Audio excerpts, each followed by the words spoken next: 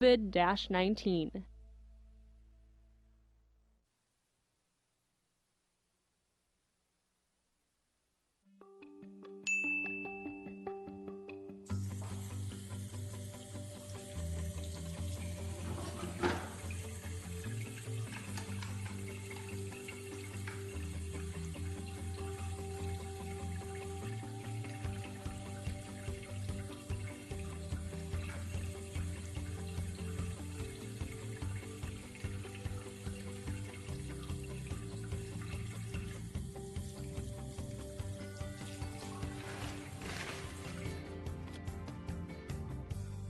Minutes, so we're fighting right now. So I'm like trying to set up a phone at the last minute as that'll work. Oh, there we go. No, it doesn't look like I just saw saw the top of your drapes, and I was like, oh, that's not a shower. You know, Ryan, that might be karma for laughing at us and all of our technical difficulties. There's a lot going on that suggests karma may be coming to bite me. I'm not sure what I did to deserve it. So that's that. Oh, how's everything? Oh, Lord. It's all right. It's all right. I'll send you an update today. Oh. The Ramsey County Board of Commissioners meeting is now called to order. Would the clerk please call the roll, please? Fretham. Fretham. Can't hear me. Fretham.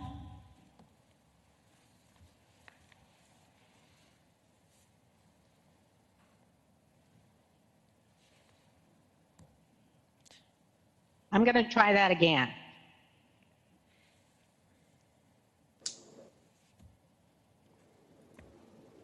No. Fretham. Here. Modis Castillo. Here. McDonough. Here. McGuire. Here. Ortega. Aye. Reinhardt. Here. Carter. Here. And thank you. I'm going to call on Commissioner Fretham to please, while the rest of us mute, say the Pledge of Allegiance for us. I pledge allegiance to the flag of the United States of America and to the republic for which it stands, one nation, under God, indivisible, with liberty and justice for all. Thank you so much, Commissioner Fretham. Board members, the agenda for the September 1st meeting is before you. Move approval. Second. Thank you, Commissioner McDonough and McGuire. Are there any questions or comments on the agenda before we take the vote? Would the clerk please call the roll? Fretham. Aye. Modis Castillo. Aye. McDonough. Aye. McGuire. Aye. Ortega. Aye. Reinhardt. Aye. Carter. Aye. Thank you very much. The agenda is passed and the minutes are before you from our August 25th board meeting. So moved. So moved. Thank you, Commissioner Modis Castillo, I believe, and Ortega. Are there any questions on those minutes? Thank you. Would the clerk please call the roll? Fretham. Aye. Modis Castillo. Aye. McDonough. Aye. McGuire. Aye. Ortega. Aye. Reinhardt. Aye. Carter. Aye, thank you. The minutes have passed and we're, as typical, moving to our COVID-19 update. A little untypical of our meetings. Today's meeting is different. In our chambers, we have the Director of Planning, Elizabeth Tolzman, who will be able to run the meeting from the chambers for us. The County Manager, Ryan O'Connor, is joining us on the screen today. Elizabeth? Thank you, Madam Chair, and good morning, Commissioners. I'm joined today by Laura Anderson. She's our Deputy Incident Commander in Public Health. She's also the manager of our Health Protection Division, and she will provide our COVID-19 update. She also has Mark Jackson, our Deputy Director at our testing branch here as well, and he could also help answer any questions associated with testing. And after that, we also have Ling Becker, our Director of Workforce Solutions, who also provides some comments and remarks as well. Thank you, Director Tolzman. Madam Chair, Commissioners, thank you for having me today. I'm going to start by reviewing data across Minnesota. As of this morning, we have 75,864 individuals who have been diagnosed with COVID-19.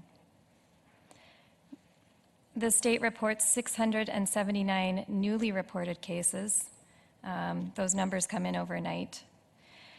In terms of our deaths, across Minnesota, 1,866 individuals have passed away as a result of COVID-19.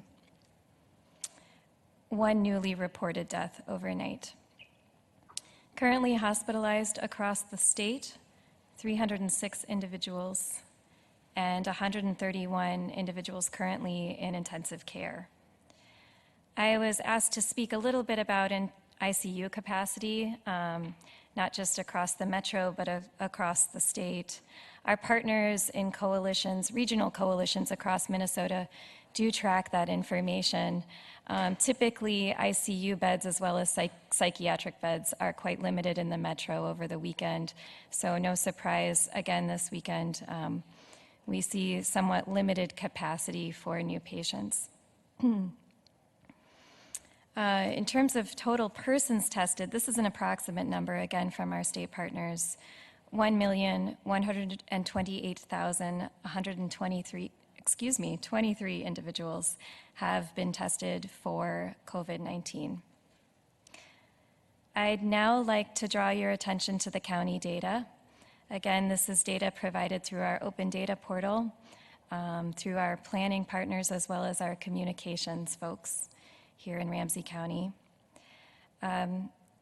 Here locally, we have diagnosed 9,242 individuals with COVID-19. Since March 6th, 1,097 of those individuals have been hospitalized. 328 have been hospitalized in the ICU. 308 individuals have died as a result of COVID-19. The majority of those deaths, as you have heard previously, have occurred in individuals who are 75 years of age or older, but we are seeing some deaths among younger individuals as well. This is not a trend at this point, it's just an observation. We're also seeing more deaths outside of long-term care facilities. Taking a look at the weekly case rate per 10,000, we have seen a slight decline since August 1st here. Our case rate stands at 8.6% per 10,000 residents. If you take a look at the weekly percent positive, again, you'll see a small decline. I wouldn't get too excited about that, but it's worth noting. 5.7% positivity as of August 15th. Once more, I want to draw your attention to diagnosed cases by race. This is self-reported data. It comes to us as a result of case interview. This is how folks are self-reporting race, ethnicity here in Ramsey County. The majority of our cases are occurring among Black, Brown, or otherwise people of color. 22% of all of our cases self-report as Black, 20% Asian, 15% Latino, Latina. Taking a look at age, again, this is not unusual to see. We've seen this same trending in other counties across Minnesota as well as other states in the United States. We are seeing an increasing portion of the cases among individuals 0 to 24. Fully a quarter of all of our cases are among those individuals. I will be watching that line closely as schools, colleges, universities continue to reopen. The majority of all our cases, 62%, are occurring among individuals 44 or younger. So I encourage my colleagues to keep wearing those masks and practicing social distancing. Again, not a surprise if you think about folks who've been working since March in essential businesses.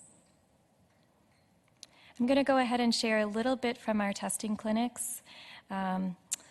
This past weekend, we closed out our August testing round with some success.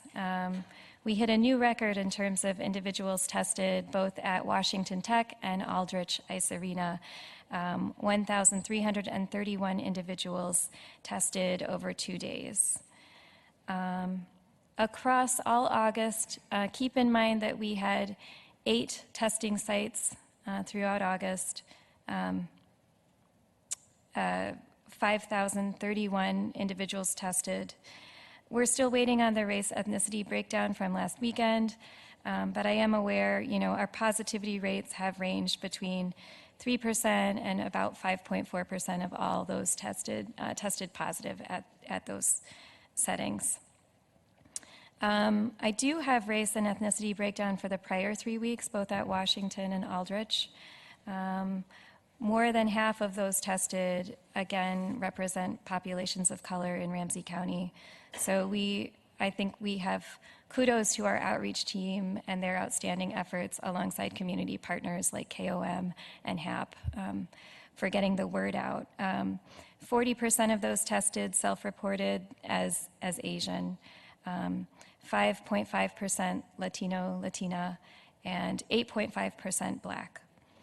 We did have about, I think, 10% unwilling to disclose race ethnicity, and we certainly wouldn't push people to share that information. That's what I have for you today. I am aware we're working very closely with our state partners, supporting colleges and universities as they reopen. We have seen a handful of clusters associated with those environments, so we will continue to support our state partners as they finish up those investigations.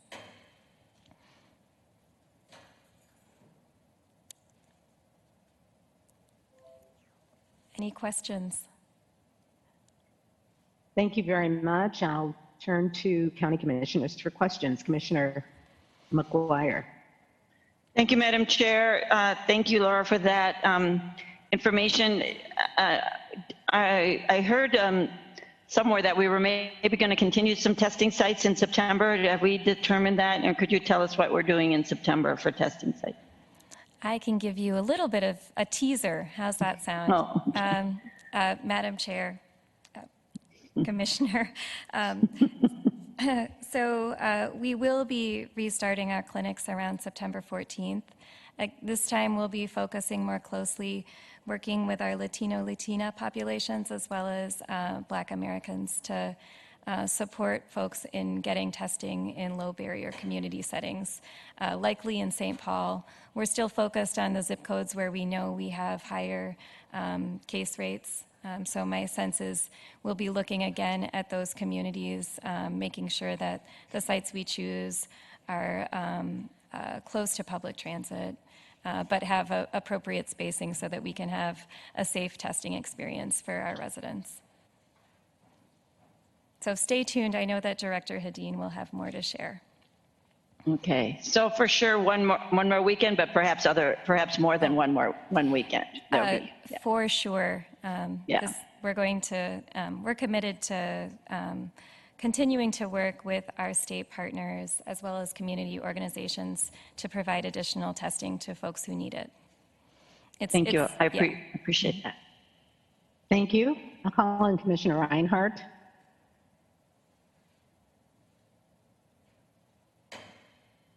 Thank you, Madam Chair. And I do think it is important, obviously, that we continue these, because one thing that is clear also is that if you had a test once, it doesn't mean that you won't necessarily have to have a second test, depending on your contact, what you have been doing, and different things. So it's not a one and done, which is sometimes is kind of the way that usually when you have a test, you have a test, and then you're done. So that's actually part of my question, is the numbers that we have as far as the total number of tests given. Is that individuals or is that the number of tests given? And then I have a second question. Madam Chair, Commissioners, locally, that is indeed just a test. It doesn't necessarily, it's not specific to that person. Someone could come to a community testing site one weekend and yes, come back 2 weeks later, depending on their exposure, and receive an additional test. If you look at the state data, they have been able to delineate between tests provided and persons tested. So we'll continue to see that demarcation. Well, and actually that's good if people are coming back, if they need to be tested again, that they are coming back. And then also reading in the paper very quickly this morning, I had heard that, and I'm not sure if this is in the paper or where I read it, but that we have now exceeded the national average for infections, and also the fact that we are, well, more concerned obviously about the rural sections of our state and needing to take this more seriously and put the masks on. And but what are we looking at? Why do we think that there's going to be a surge, and when do we think it's going to be? Madam Chair, Commissioners, if I had $1 for every time that question was asked, no. What I can tell you is I'm not excited about the fall. I think that as we see our communities start to move indoors, we're going to see increased transmission here in Minnesota. I know that the trend line that we're seeing associated with rural communities in part has to do with manufacturing industries. It also has to do with perhaps just a little bit of complacency around masking and social distancing. So I think we all need to do our part. I know we had a visit from Dr. Burke's federal partners this past weekend, and my understanding is that she again shared her recommendations around social distancing and continuing to sustain our efforts around masking, testing, as well as contact tracing. We can't afford to let our guard down on any of those efforts. Thank you. Thank you very much. I want to appreciate the update, but also recognize there may be additional information coming forward. Director Tolzman is in the chamber, and I will go to Director Tolzman. Madam Chair and Commissioners, we also have Director Ling Becker from Workforce Solutions, and she's making her way up to provide an update and some comments. Thank you very much. Good morning, Commissioners. Good morning, Madam Chair. I have some show and tell leaders today, so it's really good to be back here with you this morning to share with you an update about the CARES workforce efforts. As you may recall from the Economic Growth and Community Investment Workshop a few weeks back, we've been extremely busy but urgently deploying services and contracts in order to mitigate employment impacts on residents who've been impacted by COVID-19. I want to thank the many departments and staff who have helped us deploy dollars and resources to the community at an extremely rapid pace. This is a collective effort of the county and has required many people and departments to work alongside us to be responsive. In particular, I want to thank the procurement department for they have done a lot of work alongside of us. We've also been closely working with the Racial Equity and Community Engagement Response Team, the Compliance and Oversight Team, the IMT Back Office, Communications, and IS. I'm happy to tell you today that Workforce Solutions has been able to deploy about $11 million of the funding to this point. That's how much we've been obligated. As you're aware, a few weeks ago, we launched 7 career labs throughout Ramsey County, both at Ramsey County sites and St. Paul Library sites. In addition, we're funding 2 additional community-based locations. One is actually at near Lexington and Selby at the 8218 Truth Center. And the other is, we haven't finalized the contract, but is on the Maplewood and Oakdale border. and they're currently serving 1,000 families with food resources a week at that location, and they reached out and we've had a conversation about providing workforce services there, and all services at that location will be provided in Spanish and Hmong to the community there. So that location will be serving the community 30 hours a week. In addition, we've launched our Tech Pack initiative, which actually today is one of the days that residents can go and apply for one of those. You can go to ramseycounty.us/TechPack, TECHPACK. So hopefully we can put that up for you. Tech Packs are an initiative that allow people to get a refurbished laptop, a hotspot, and a digital literacy navigator. So I actually have a Tech Pack here to be able to show you. So folks that are selected to get a Tech Pack basically get a laptop case, and inside there they will get a hotspot, headphones. They also get, obviously, the laptop itself, which is refurbished by our partners at TechDome. Taking a lot of stuff here. Hopefully I won't mess anything up. And then we also have a lot of information. There is a quick start guide, all based on photographs on how to plug the thing in, how to load your, how to get the hotspot going. There's a variety of COVID resources for the county here, how to get food resources, how to get public health resources. And then there's a quick start guides around several different languages as to how to get started with the digital navigator. So I wanted to be able to show that to you. Folks can apply through tomorrow at the end of the day online. It's opened every month through the December, and you can go on that website to find out more information.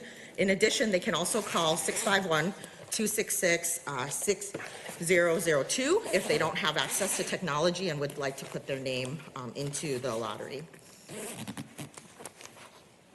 In addition to the Tech Pack and the Career Labs, we've also purchased 7 emergency purchases, and I'm happy to talk about that if you have interest in that. A lot of that is around marketing and other services that we've had, including the Tech Packs and our contract with Minnesota Literacy.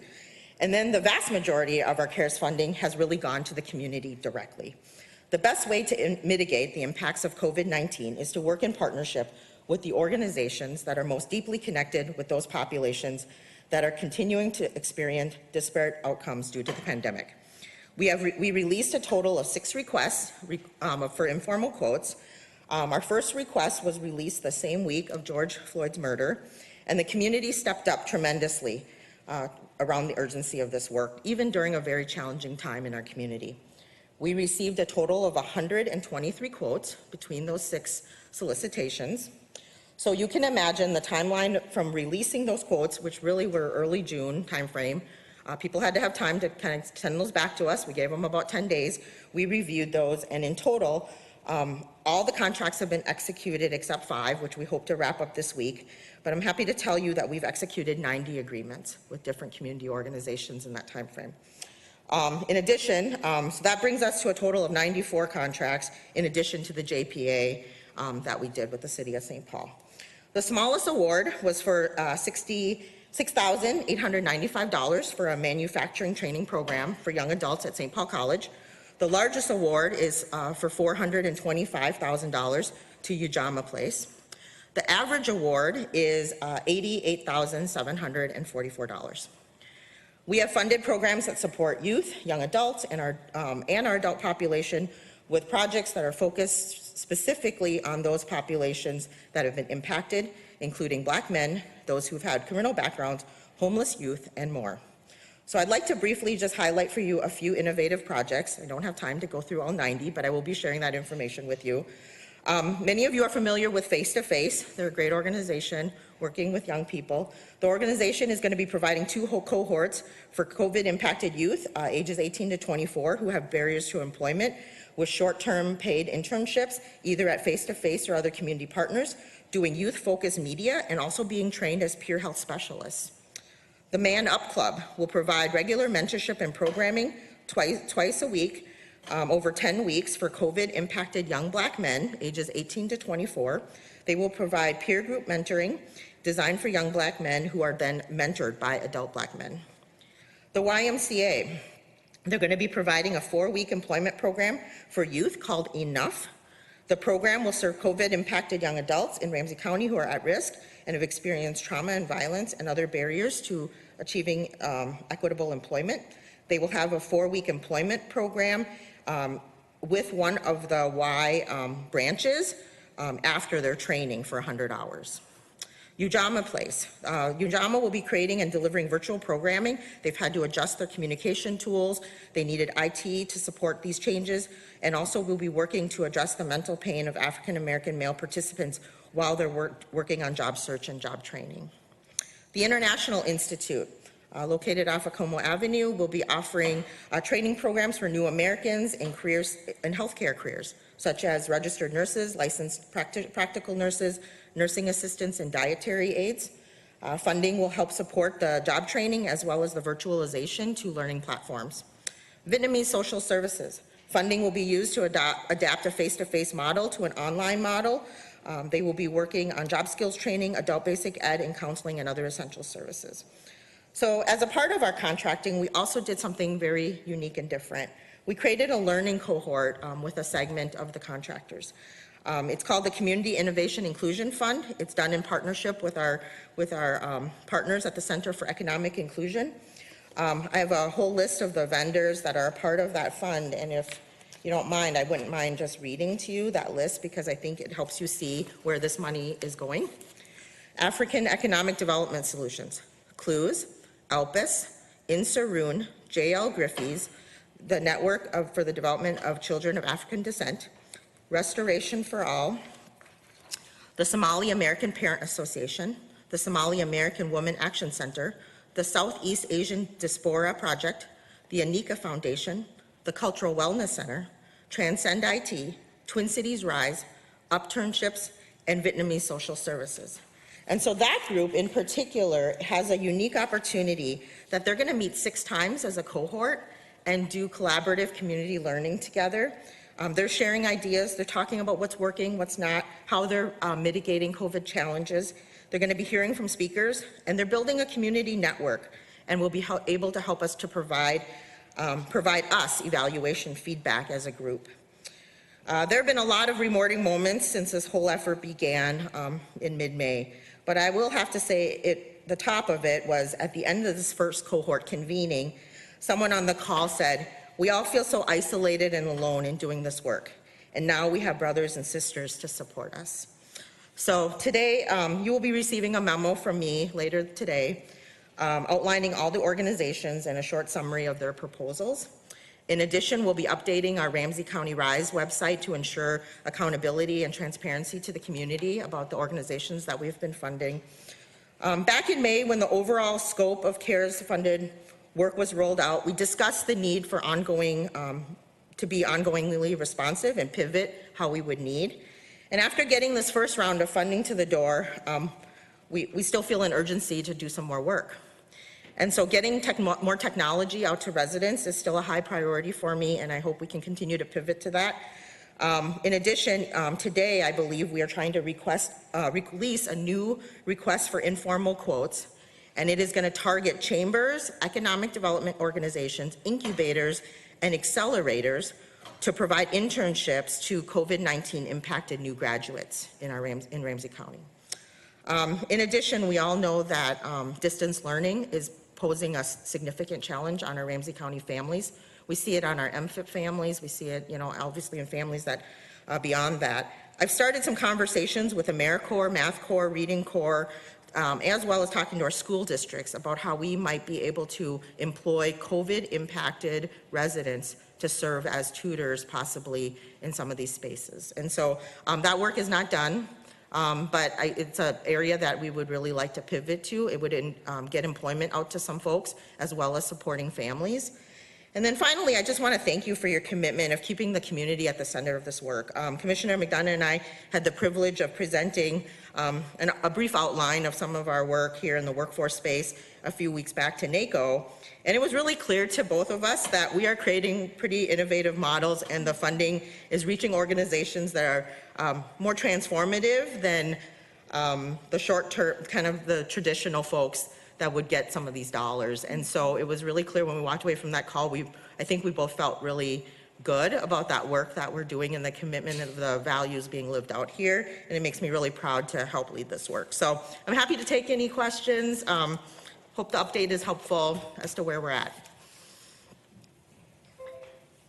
Thank you. We are so happy to hear the update and the very many things that you are doing together with our community to help recover and build forward from COVID-19.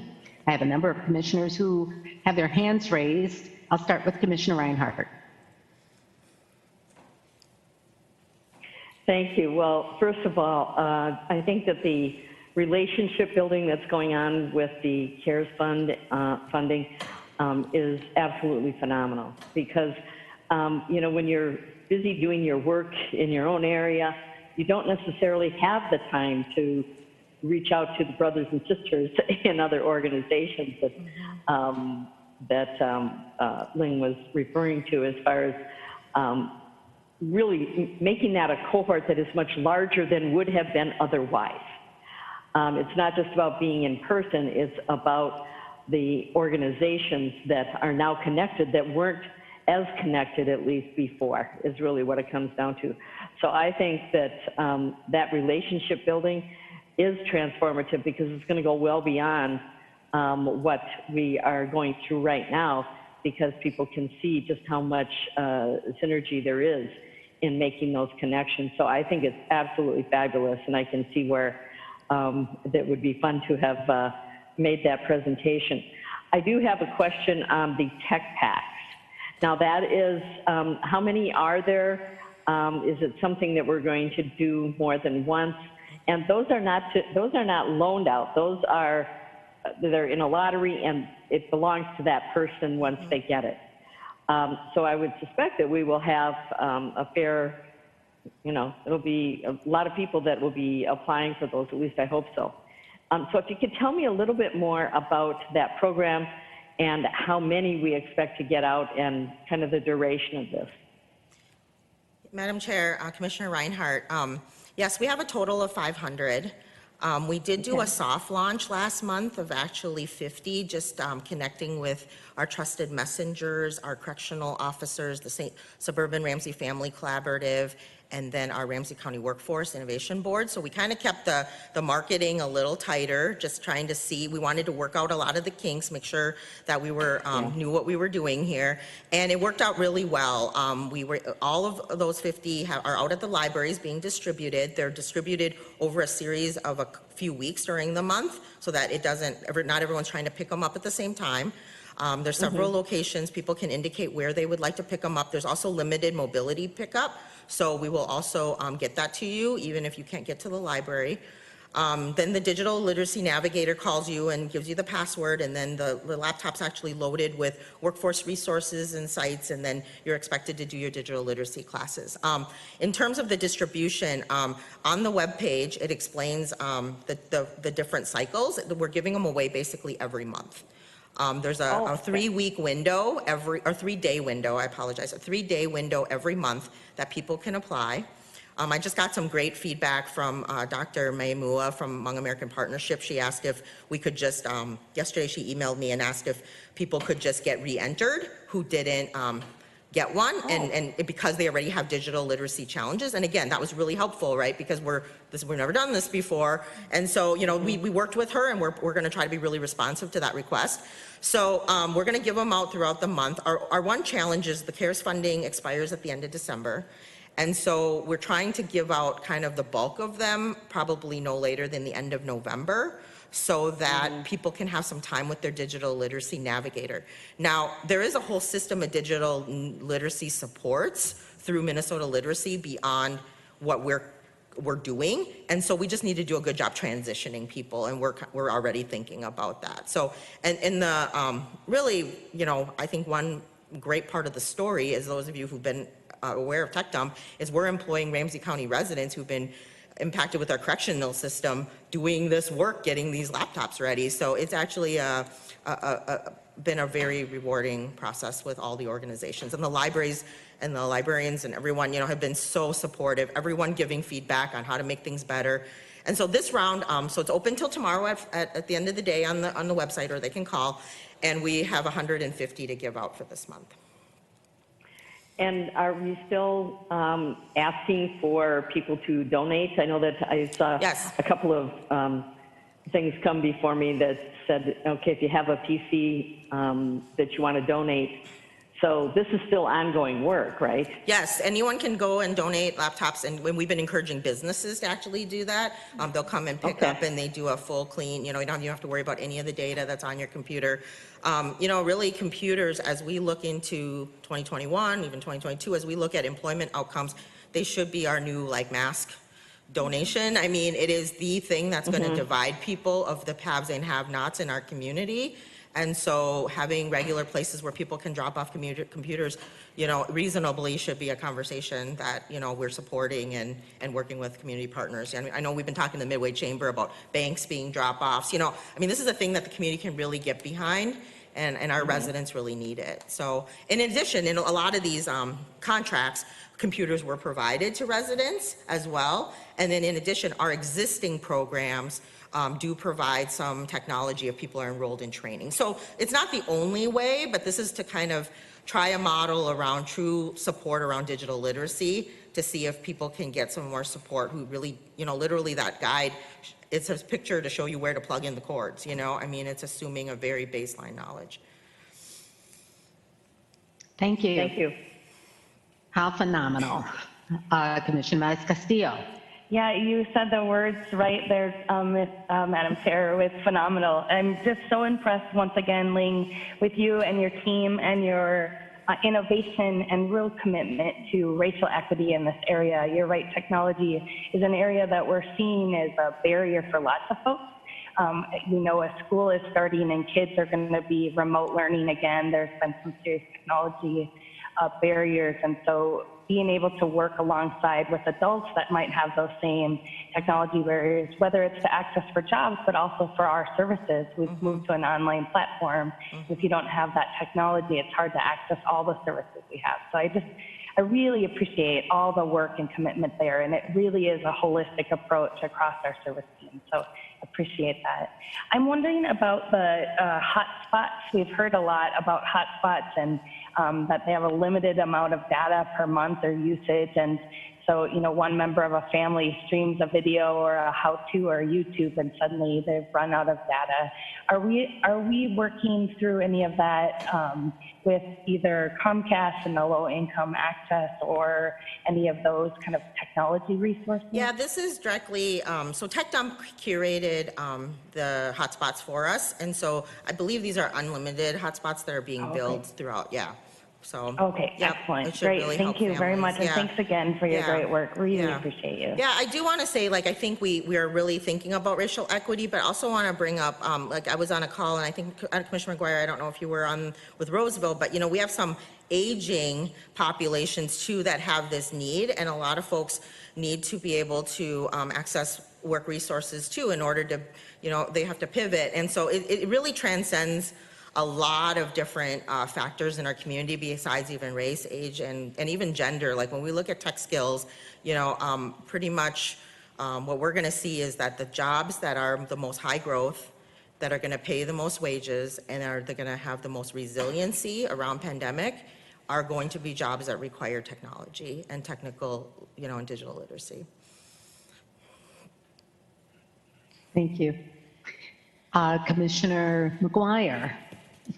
Yes, thank you, Madam Chair. And yes, Director Becker, I was on the call for Roseville Business Council, and you did an amazing job, as always, highlighting just all the great work that you're doing and helping our businesses and our communities learn what we are doing and how they can help. So thank you for that amazing presentation you did at the Roseville Business Council, and for all of your work. I'm just going to add my gratitude to all of my colleagues for just this amazing, phenomenal work you're doing. I do just have a couple of extra questions. My colleagues have asked a couple of them, but so just curious, how many applications are you getting? You said you're going to be having a lottery for 150. About how many applications will you get for that lottery? And is there a means test, or can anyone, people have to apply, so are there criteria for being a part of the lottery, or can anyone do that? Just curious. Yeah, Madam Chair, Commissioner McGuire, great questions.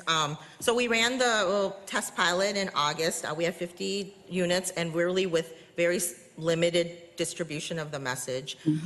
We had 168 applicants just through that channel alone to distribute the 50. We did some demographics. 50% of the applicants of that first round were Black. I think at least 65% came from the zip code on the east side that has the highest unemployment insurance, so we were pretty happy to have hit that.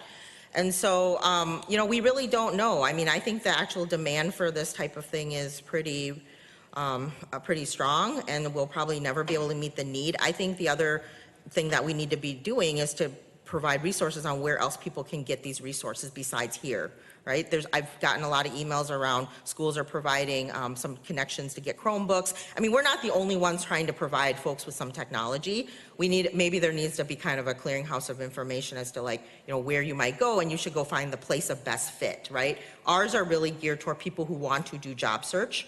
And that's what we're funding, is to really kind of partner with you around trying to get your skills so that you can start a training program. And that goes back to Commissioner Reinhardt's question around, you know, yes, people get to keep these. And I've had several people ask me about that. Like, why don't we just loan them out? Well, there's many complications with people's data and stuff like on those computers. But besides that, as soon as somebody completes 3 trainings in digital literacy, now they're ready to go do EMS online. They're ready to do, you know, their CNA class online. They're ready to enroll in school. I mean, getting the computer is just your first step. And Amanda Lagrange, who's the CEO of Tech Dump, I think if she was here, she would just say, if you ever gave somebody technology, how would you ever want to take it away? You know, I mean, it is like opening someone's door to access to so many things. And so we just decided that this is the kind of a base necessity people need in order to move forward after COVID. So, and then in terms of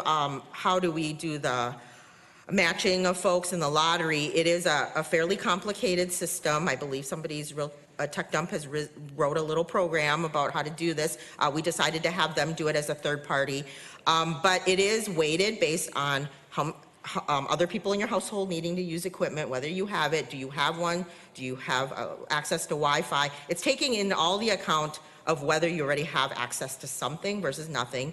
Those will be weighted more heavily. I can say that everyone who puts their name in does get at least one chance in the lottery, because I feel like that's the definition of a lottery, is we don't want to exclude anyone from the opportunity to get one. But we certainly, they agree to certain things as a part of filling out the application, that they're COVID impacted, that they've, you know, means they've lost their job or had a reduction in hours, and, you know, so I hope that helps. Yeah, no, that is great. I really appreciate that.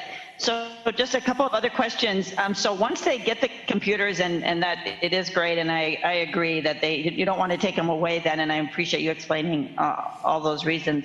Do we provide an ongoing help? Is that what Workforce Solutions then, you know, because once you got the computer, there's going to be a lot of questions that come up. So then there's always ongoing help that's provided as well. Yeah, so Madam Chair, Commissioner, so on here, there's a little luggage tag, and it says for hardware and laptop support, call this number. So if they have computer issues, they're actually calling Tech Dump. If they need hotspot support, there's a phone number. And then their digital literacy navigator is an individual that's actually assigned to them. And they actually can't log into the computer until they've connected with that person. And so I'm hopeful that maybe in a few weeks I'll be bringing in a few success stories of folks. I know a lot of people have been really grateful. We've been getting lots of emails of, you know, this is going to change the trajectory of what my next few months is going to look like, right? And I think that's what I've decided, that it has to be our focus with these CARES dollars. They're not here for a long term, but even in a short term mitigation, we can actually pivot quite a bit for someone's life during this time, and that's what we're trying to do. So. Well, I really appreciate that. And just, Madam Chair, just a couple more. Where can people drop off computers if they have? I know there's different banks, as you said. Is there a list, or should they just go online and find a list of where they can drop off computers if they have them that they want to donate to this effort? Yeah, I would suggest they contact Tech Dump. I think on our the Tech Pack webpage, there's a link to the information about how to drop off computers. So. Okay, because that would be a great thing. People are looking for stuff, for things to do, and if you have computers, that would be great. So then my last question is regarding the computers that are available at our service centers, and how is that going with waiting lists? Or do we have a lot of waiting lists, or people are able to sign up for a time, and I don't think the wait is too long if they sign up. I mean, they're not signing up for a month from now. They're able to get in pretty quick. I just wanted to get a sense of that, because I want to encourage people to visit our libraries and the computers there. All of our service centers, I should say, our service centers. Madam Chair, Commissioner McGuire, thank you for the question. We've just been working with communications. So on one end of that is we're working with our trusted messenger system and really wanting to get the word out. That's one part of it, right? Lots of things were closed for a long time. So being able to share that information, as I have worked with my other workforce directors in the state, I mean, we by far have more access to workforce computers, or even computers in general, than any place in the state. I mean, there are so many places that are not even open, and I think that just really shows the hard work that people have done, but really the collaborativeness of the public health department, property management. I mean, I think being able to do that in a really safe way, but not be afraid to do it, I think is really helping us ensure we get those resources. Yesterday I was actually at Sunray Library, lots of people copying, lots of people using computers. The one thing that we're gonna be responding to right away is people want more time. We originally had done 60-minute sessions. Now you can imagine, as soon as you get started on something, then the buzzer goes off, and it's pretty frustrating, right? You've gotten yourself all the way there. I think our next set of calibration now in the next week or two is increasing that to 90 minutes. We've been working with our public health department to make sure that's okay with the space that we have, obviously, because we want to stay, in tune with all that. And so it looks like that's going to happen. We've now, on the Ramsey County side, people can reserve the spots both online and via phone, which is really helpful. And then again, we're adding some community locations really embedded in the community, serving folks that are already coming in and out of those spaces. And so, I think we've wanted to get our service information out to more people, and rather than creating new places to try to connect, I think we need to go to where people are getting food and getting other resources, because they're congregating in some spots. We don't need to create a new place to meet people. We just need to meet them where they're at. So. Well, you're amazing for thinking about all those creative ways to reach our people, and I just really appreciate it. Thank you for everything. Really great work. Yeah, one last thought I'll mention is we've been talking to the schools about putting something in all the school lunches that get sent home at least once throughout the process, or twice. So that's going to be another spot where we'll be trying to get our services out to the community. Both Carissa who's working with food. I think we're trying to collaborate, right? We don't need to send a workforce flyer and a food flyer. I mean, we can do a Ramsey County informational update to those families. So thank you. Thank you. Thank you very much, Director Becker, for this update and for the creative work that has been done by your team in connection with our community to make certain we're looking at the areas of gaps, that we're using community and connecting and partnering on meeting those gaps, and also in particular that you're creating learning opportunities for all of us and connecting organizations together and with the Center for Economic Inclusion, so that we can, from this point, not only address through December with these CARES dollars the needs that we see today, but so that we can build for the future and understand how the work changing today reflects on the changing work that we need to do. I so appreciate the work. I know all board members, as you have already heard, admire the work that you're doing. We know it's not enough, to just do this work during this COVID-19 response period.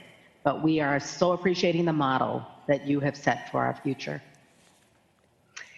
And so with that, if you have no further comments, I'll go back to the Director in our chambers managing the meeting with us, Director Elizabeth Tolzman. Thank you, Madam Chair and Commissioners. And if I could just make a comment, really the presentation by Director Becker really models three of our 5 core values, leadership, and how Workforce Solutions has really changed and adapted their service delivery to meet our community needs. Our core values of community, working directly with our local organizations, businesses, community to ensure that people have technology and access to it. And by the way, that backpack looks super cool in person. And then obviously our last value of equity. This is really about bridging the tech equity gap. From the tech pack to the tech dump, just ensuring that we're transforming our structures, systems, and policies to improve outcomes for all. So with that said, if commissioners don't have any further questions for Director Becker or Ms. Anderson or Mr. Jackson, who is here on standby, that does conclude our COVID update for this morning. Thank you very much. So, commissioners, we have a large number of items before us, including a workshop that we will have during the session on information and public records. Before we go to that work, let's pause for a moment. We are continually impacted by COVID-19 and the circumstances of economic concern, health concern, justice concerns that continue to confront us. We are impacted in our families, in our communities, and in our workplace. Let's take a few moments to consider, to reflect, and to hope.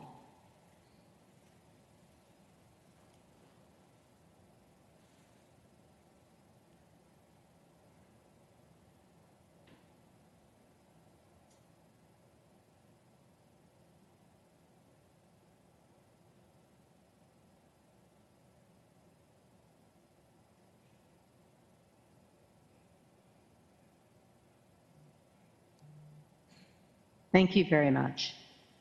Moving to the administrative items, I'm calling Commissioner Fretham. Thank you, Chair Carter. I would like to move item 6 from the Health and Wellness Service Team, dissolution of Healthcare Services Department. Item 7 from the Financial Assistance Services, single source lease agreement with KRSS Hospitality, Inc. to provide hotel shelter to families. Item 8 from Property Management, master contracts for property acquisition, disposition, consultation, and real estate services. Item 9 from Parks and Recreation, Highland Site Improvements, Project Design Build Part 1. Item 10, Parks and Rec, the 2020 to 2021 Twin Cities Orthopedic Sports Garden fee schedule.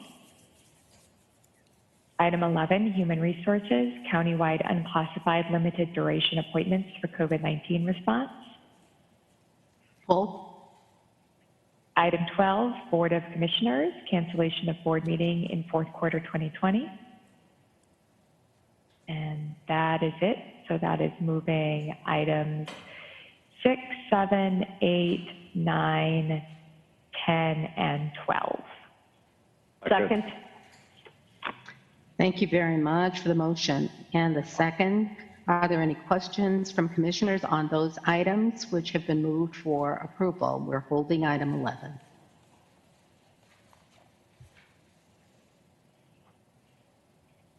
Thank you very much. Would the clerk please call the roll?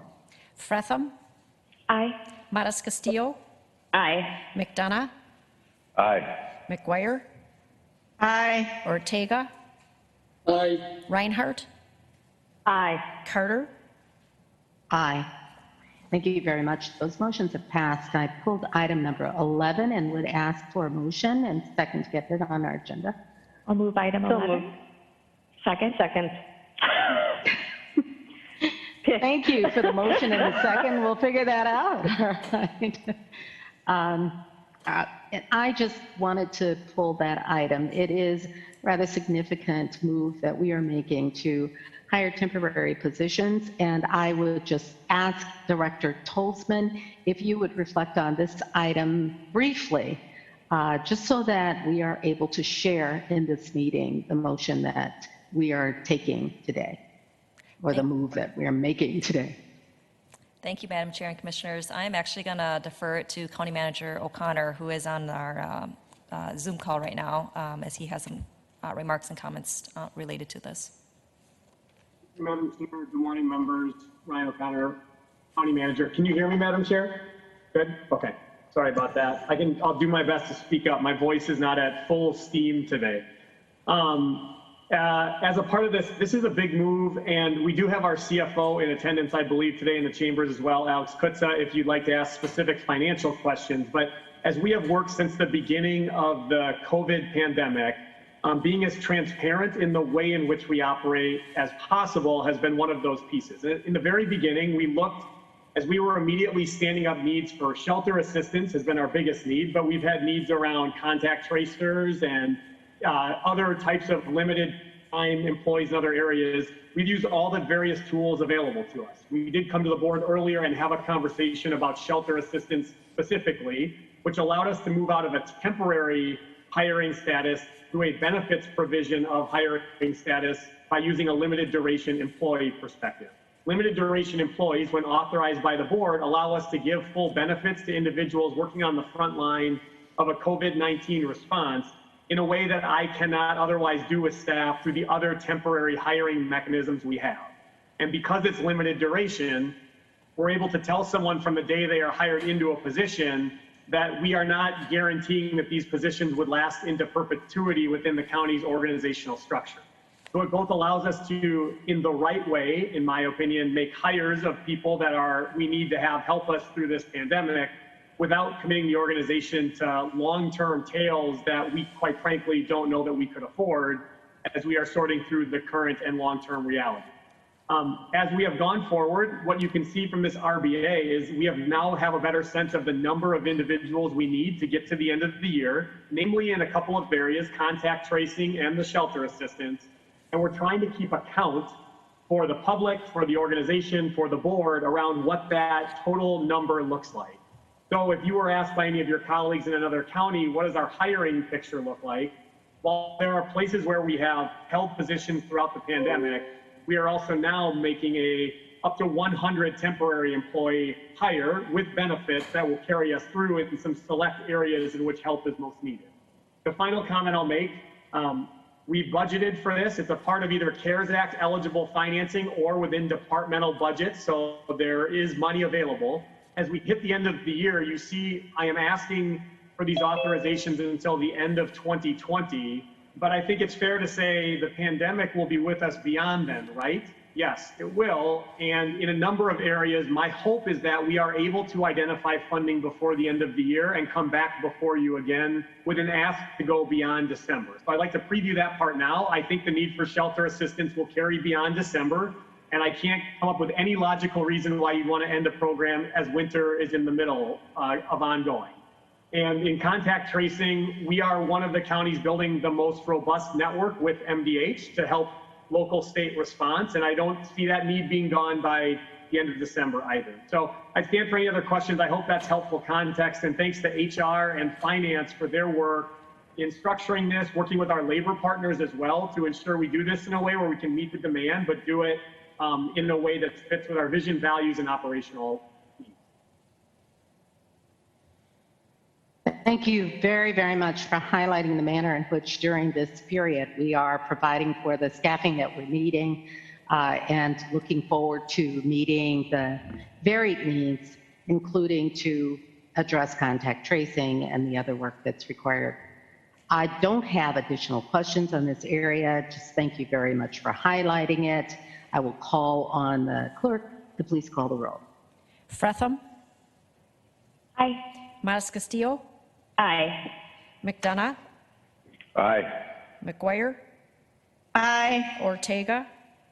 Aye. Reinhardt. Aye. Carter.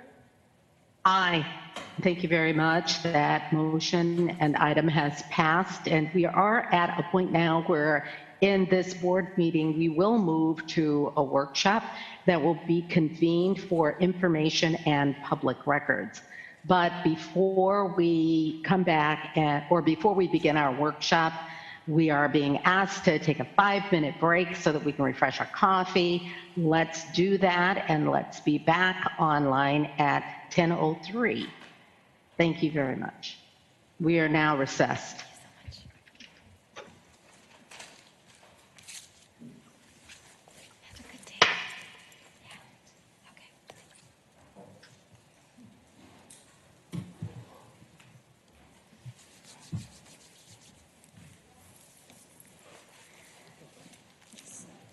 Okay.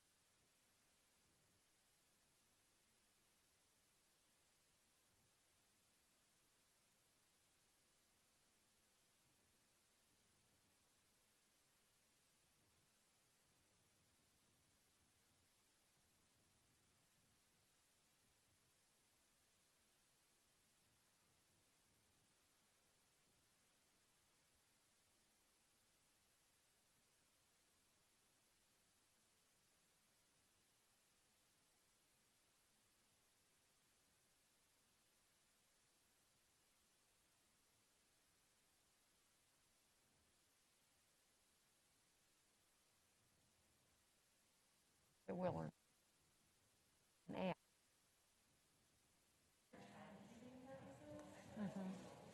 Sure. I don't know that it will, but I'll ask. I have Karen on the call. Should she log in now? Is that okay? Or should she? Yeah, she can log in now. Okay, sure. She said you can go ahead and log in now. Okay, sounds good. And I did what you told me to do. All right.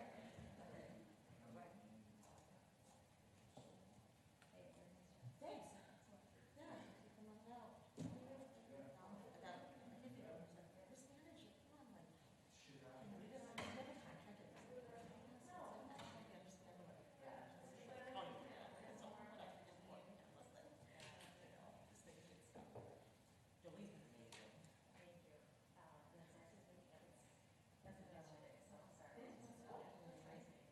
We'll talk around it. It's fine. I understand. No, and I told him it wasn't, I didn't really care. I just mostly wanted to know what they had versus what we were talking about so we can just make adjustments, you know? Okay. Did you have a good time out? Not really. Yeah,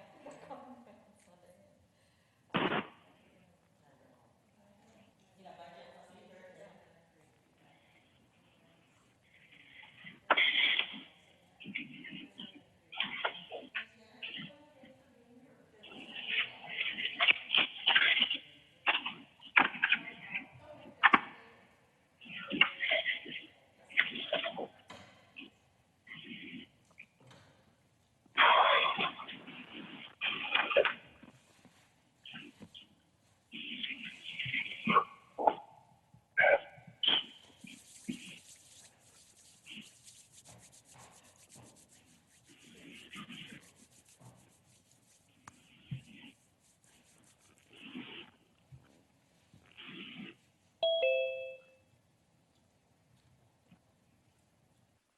Hello, James Arn.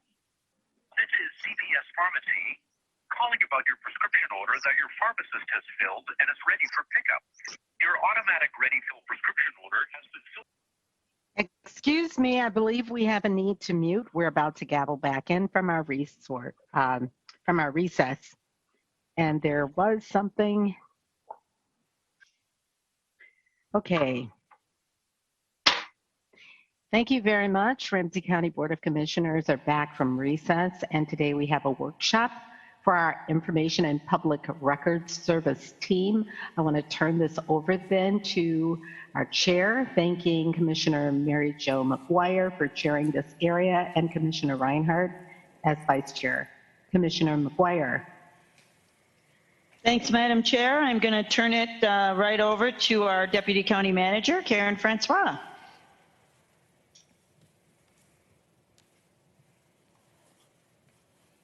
Thank you, Madam Chair. I just want to make sure that you can hear me. Great, I see a lot of nods. All right, very good. Thank you, Madam Chair and Commissioners. For the record, my name is Karen Francois, and I am the Deputy County Manager for the Information and Public Records Service team. I am most pleased to be here today with my team from Property Tax and Election Services and our County Auditor Treasurer to give you updates on elections and property tax collections for the first half of the year. One caveat, we know that this is going to be likely a robust discussion, and that we were actually being ambitious to think that we could fit in elections and property tax collections. So we are prepared to come back as soon as possible to finish the discussion if we need to. But first, we're going to start with elections. Madam Chair and Commissioners, you all know the importance of elections and the elections process to ensure that government authority derives from the will of the people. In fact, elections are the backbone of our very freedom and democracy in this country. Some may say in this day and age that our freedoms and democracy are being challenged. And we as a team are here to say that our team of election judges, volunteers, temporary and full-time staff have been working tirelessly, sometimes day and night, taking every precaution following governing statutes, as well as public health and cybersecurity guidelines to ensure a safe, secure, fair and just, transparent, open, and accessible election in Ramsey County. The team, led by our elections manager, Dave Triplett, and the Deputy Director of Property Tax and Election Services, Heather Bessler, with compassion and very much heart and love for this work, have been engaging community members and community organizations to ensure that all Ramsey County voters, regardless of race or ethnicity or ability, have a fair and equitable opportunity and options to cast their ballot. Heather and Dave are in chambers today to provide the update, which will include how we've adjusted due to COVID and other activities that may impact the elections process. So I'm going to now turn it over to them.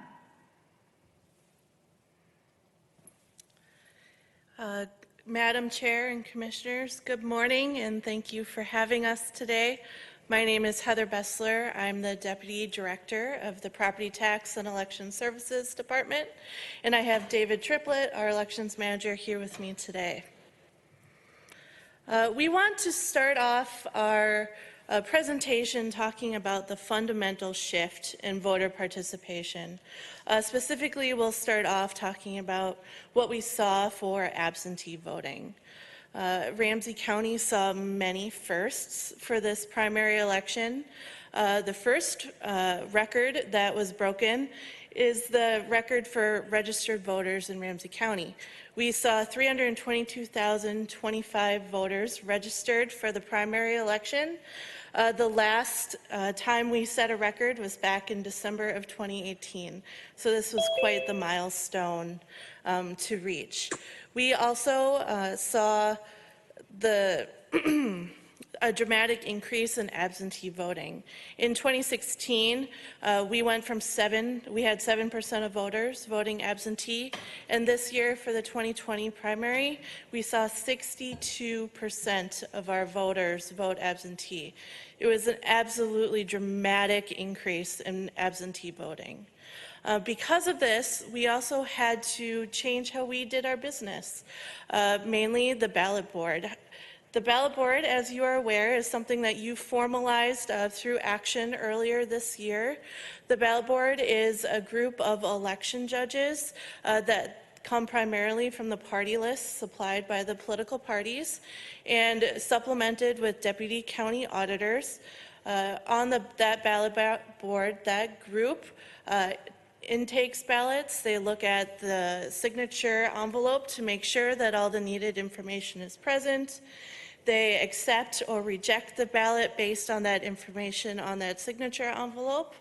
And then they open those ballots and they count those ballots as well. So the ballot board has a very important job throughout the election.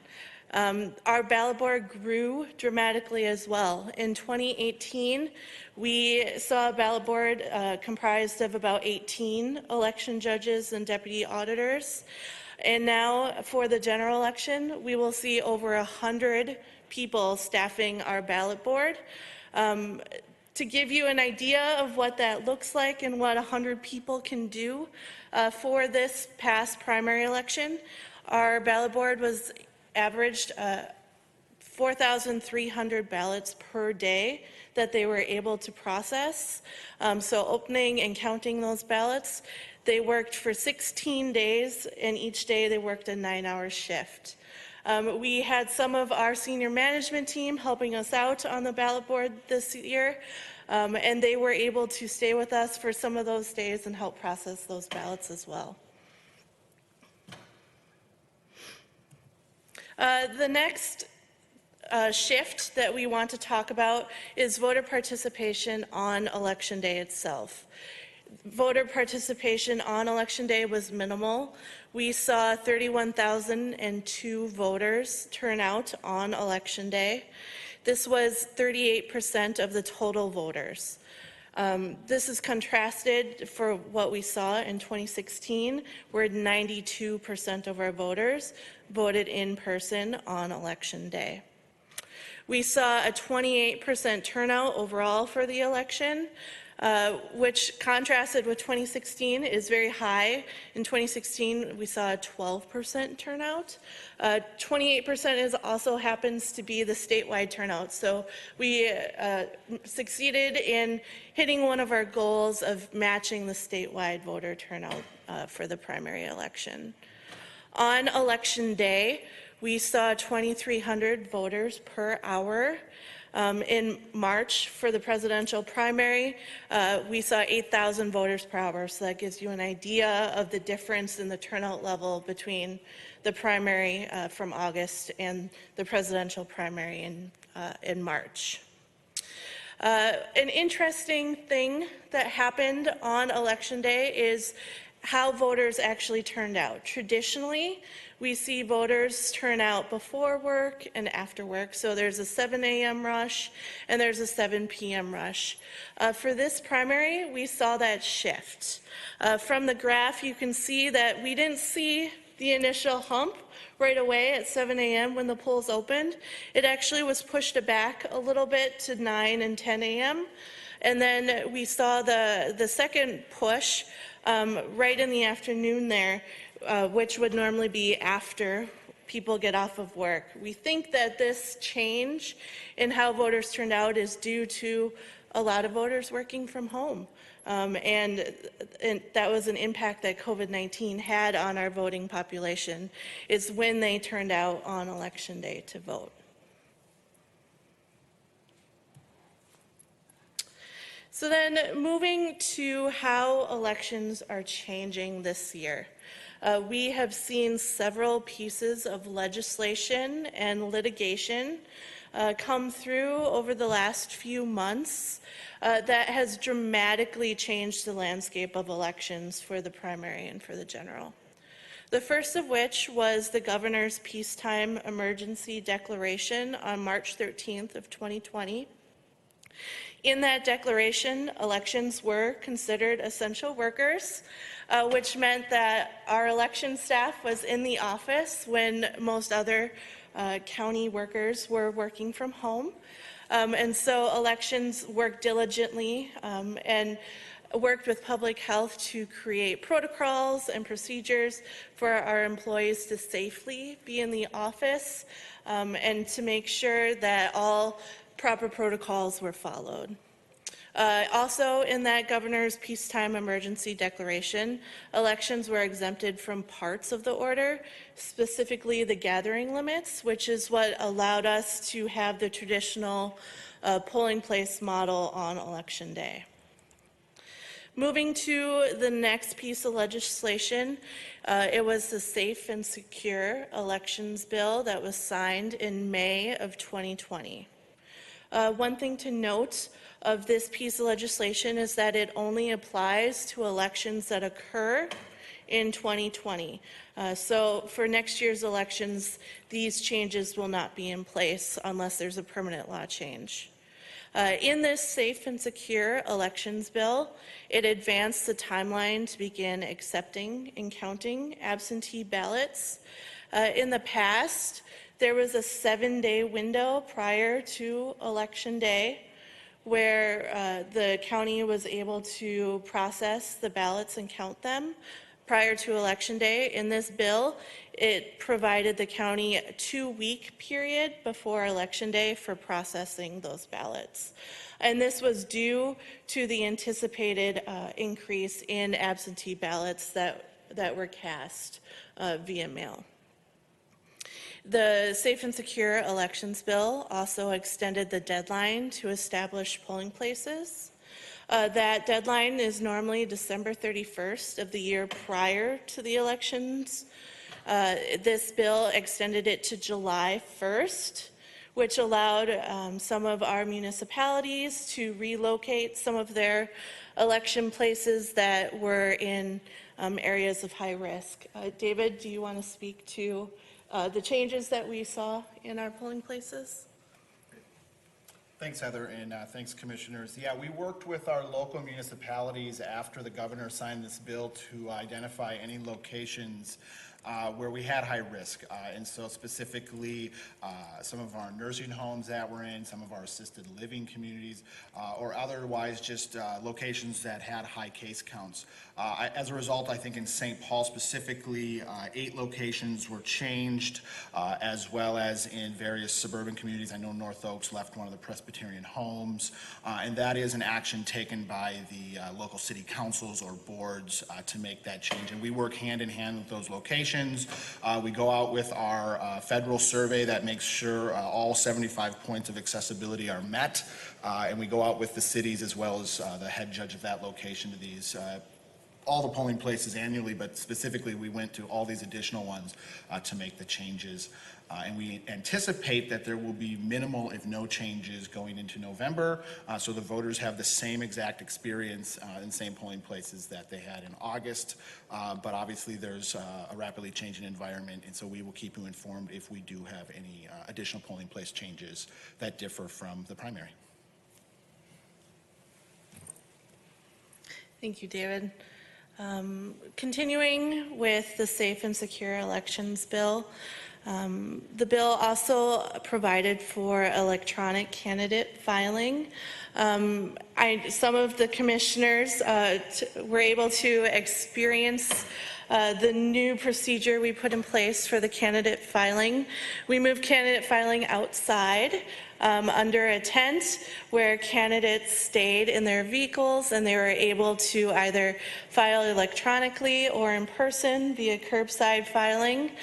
We also were able to put in place the option for those candidates to pay electronically their candidate filing fee. Last in that Safe and Secure Elections Bill was the CARES Act appropriation that was specific to elections. In the coming slides, I'll talk more about how Ramsey County plans to utilize that amount, but the total amount that was allocated to Ramsey County in this bill was $421,000 and some change. That would be split between our non-contract municipalities and with the county.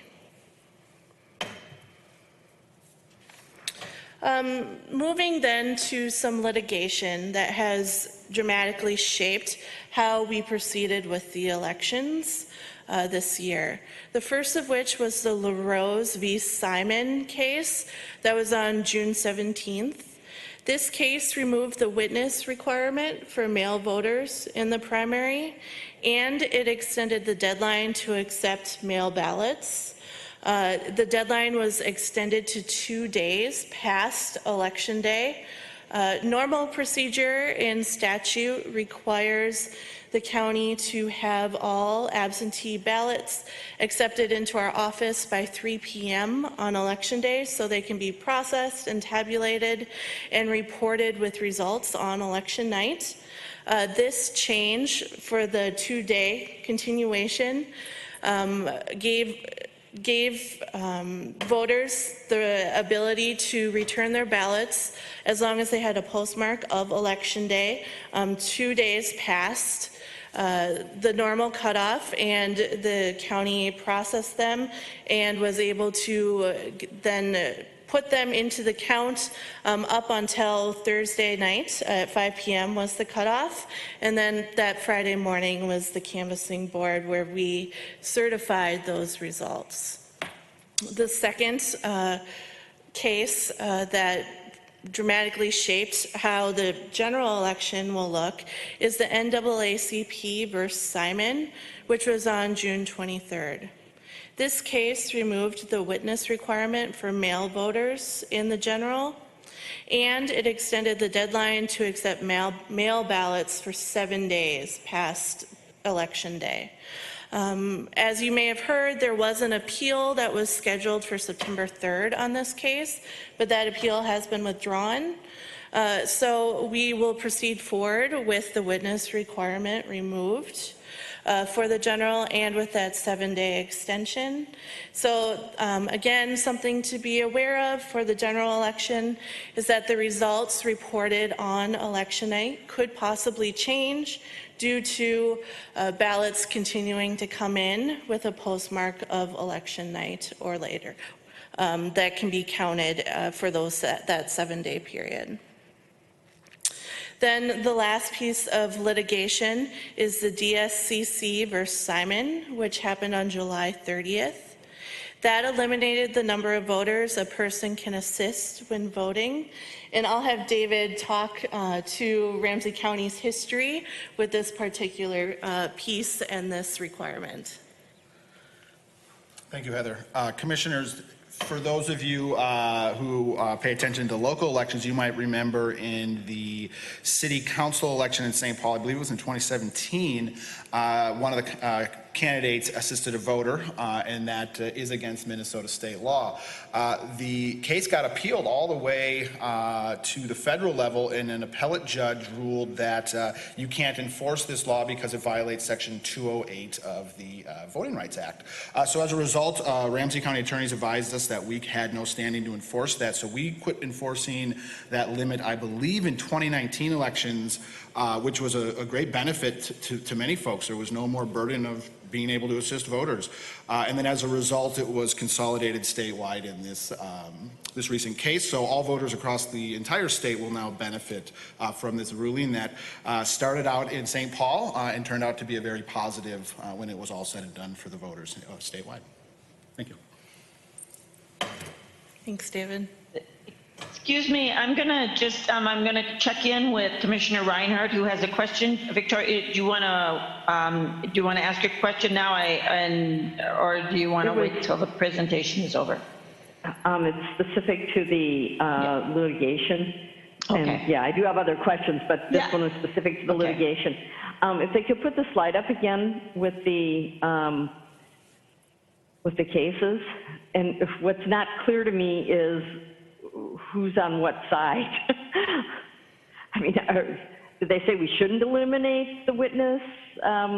It just says, you know, whoever it is versus, if you could bring that back up. And how it, was the end result what we had there that was listed? Madam Chair and Commissioners, with respect to the cases that are on your screen, the people who brought the case, v. Simon, was requesting the changes that are displayed on the screen for each of the cases here, and this is the resulting ruling from each one of those litigation cases. Okay, thank you. That makes it much clearer. Thank you, and I'll take specific questions for things, but otherwise we'll do general questions at the end then. Thank you. Is that okay, Commissioner Reinhardt? You're good. Thank you.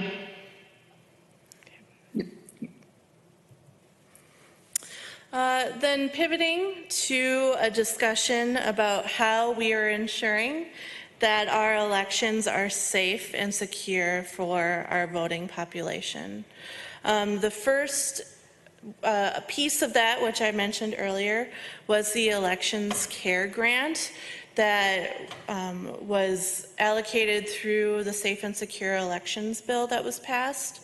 As I stated previously, Ramsey County will receive $421,304 from that grant. Of that, up to $58,825 will go to our non-contract municipalities to be allocated to them. Some of those municipalities have chosen to reallocate that money to the county for spending. So the county will have the majority of that $421,000 available to spend for supporting the mission of providing a safe and secure election. Some of the things that the county plans to spend that money on is the main part of that money will go towards an election judge pay increase. We are proposing a $3 per hour increase for all election judges. That would be in effect, that would be applied retroactively for the primary election, and then would also be in place for the upcoming general election. This brings our pay in line with our fellow counties that are nearby, and will hopefully signal to our election judges that we are thinking of them and we are very grateful for their service. We also plan to spend some of that CARES grant money on leasing additional warehouse space. We have signed a lease and we have moved in. The main need for this additional warehouse space is facilitated by COVID-19. The first of which was, as I talked about, the dramatic shift in absentee voting and mail voting. We actually ended up ordering over 300,000 envelopes for sending out all those mail ballots. That translates into about 28 pallets of envelopes that have to be stored for sending those ballots out. And so some of that is stored in that new warehouse space. We also had over 300 gallons of hand sanitizer that we have to store that we are supplying at our polling places. And then just additional supplies that were required due to COVID-19. Examples of that are gloves and masks, spit guards, and barriers that are provided at our polling places. And then lastly, we needed that additional space of the warehouse so we could expand our internal operations of processing ballots so that we could ensure that our staff was safe and was able to maintain social distance while working throughout the day. Another item that we will be spending the CARES grant money on is voter outreach and community engagement. One of our upcoming slides will go in depth on that. David will share more information on that soon. The next piece of the next change that has occurred that is aimed to ensure a safe election is the statewide mask mandate. That was put in place by our governor. All voters are provided a mask at their polling places. Ramsey County and the Secretary of State's office has sourced masks in quantities that are enough that all voters that show up on election day or at any of our absentee voting centers will be provided a mask if they need one. Voters cannot be turned away for not wearing a mask. The guidance that the Secretary of State has provided our office is that voters cannot be turned away. Election judges can suggest to voters as they came through the door at polling places that masks were available for them for their use. If a voter chose not to wear that mask, then election judges we're instructed to provide the opportunity to vote curbside. And if that voter decided not to partake in curbside voting, then they were allowed to stay in the polling place and to vote. And that incident was recorded on our election day logs for review after election day. We did not have many instances of that occurring. David, can you talk a little bit about what we saw on election day with masks? Yeah, thanks, Heather. Commissioners, we still are reviewing the over 800 surveys we received from all our election judges, but we do read every one of those. And one of the questions was, how did the new COVID procedures go? So we're getting some feedback about voters who were hesitant to not wear masks, but most of the scenarios that were provided to us were nothing that we weren't ready for, and nothing that I believe rise to the case of being alarming. But with that said, we did have a few voters who chose not to wear a mask, and our process was to get them in and get them out of there as quickly as possible, and to not escalate any conflict. But with that said, our reviews show that it was a fairly well enforced thing, and that most voters complied willingly with the mask mandate. Our judges had more issues about, I need extra power cord, I need extra stickers, as opposed to voters weren't wearing their masks. So I think, at least in Ramsey County here, our voters really took that serious, and we saw it on a couple Tuesdays ago. Thank you for that. And we do have a couple of questions on this slide. So Commissioner Carter. Thank you. I know that although curbside voting might have been an option for people without masks for the primary, it's a little bit more difficult in Minnesota in November. I'm thankful that you were able to manage to and felt as though our voters in Ramsey County were respectful of the need to wear a mask and were able to vote inside. But given that direction that came from the state, is there thinking that you can share with us about the provision of curbside voting in November or in future elections? That's a first part of my question. And then I will have a follow-up about drop off that some counties provided, and whether there was any thought in our county about dropping off ballots, early ballots in particular. So I'll start with the first part, which is, are there considerations for arranging and providing for secure outside voting in November in the future? As long as we're thinking about it for people who don't wear masks, and that direction has come from the state, are we thinking more about that? And if so, what? David, do you want to take that? Right, Madam Chair, Commissioners. Curbside voting law actually has been on the books for my entirety of working here. The law specifically says any voter unable to enter can vote curbside, and then it lists out what we must do and what the election judges do. So that's a fairly low bar. Anybody who requests it, in my experience, we've always allowed it to happen. And we get it at polling places, this is anecdotal, but maybe 2 or 3 times in a big election at a polling place in St. Paul, let's say. So it's something the judges are used to, but they're not be used to doing it for every voter. And so we just kind of expanded that option. We communicated it. What we really did was we communicated it at our early voting locations, and we worked with our communications department to message this, as well as that if you're unable to enter the polling place or even unable to enter your car, we had a voter actually call us and say, well, what if I walk up? Do I have to drive up? And nope, if you call us at the number, we'll come out. And so, for example, at Roseville, we strategically put the curbside voting sign outside the window, so if somebody failed to call the number, our judges would see them pull up.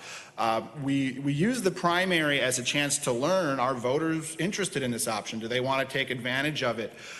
We didn't see it actually as heavily requested as we had anticipated, but with that said, we are going to make considerations for November, when we'll see an extra 170,000 voters.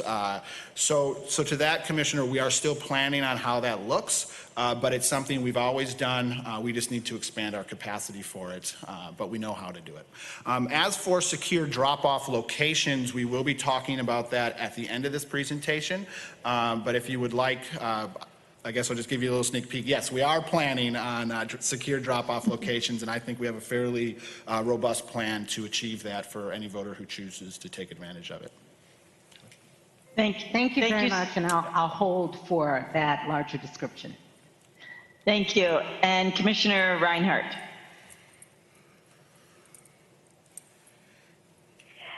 Thank you.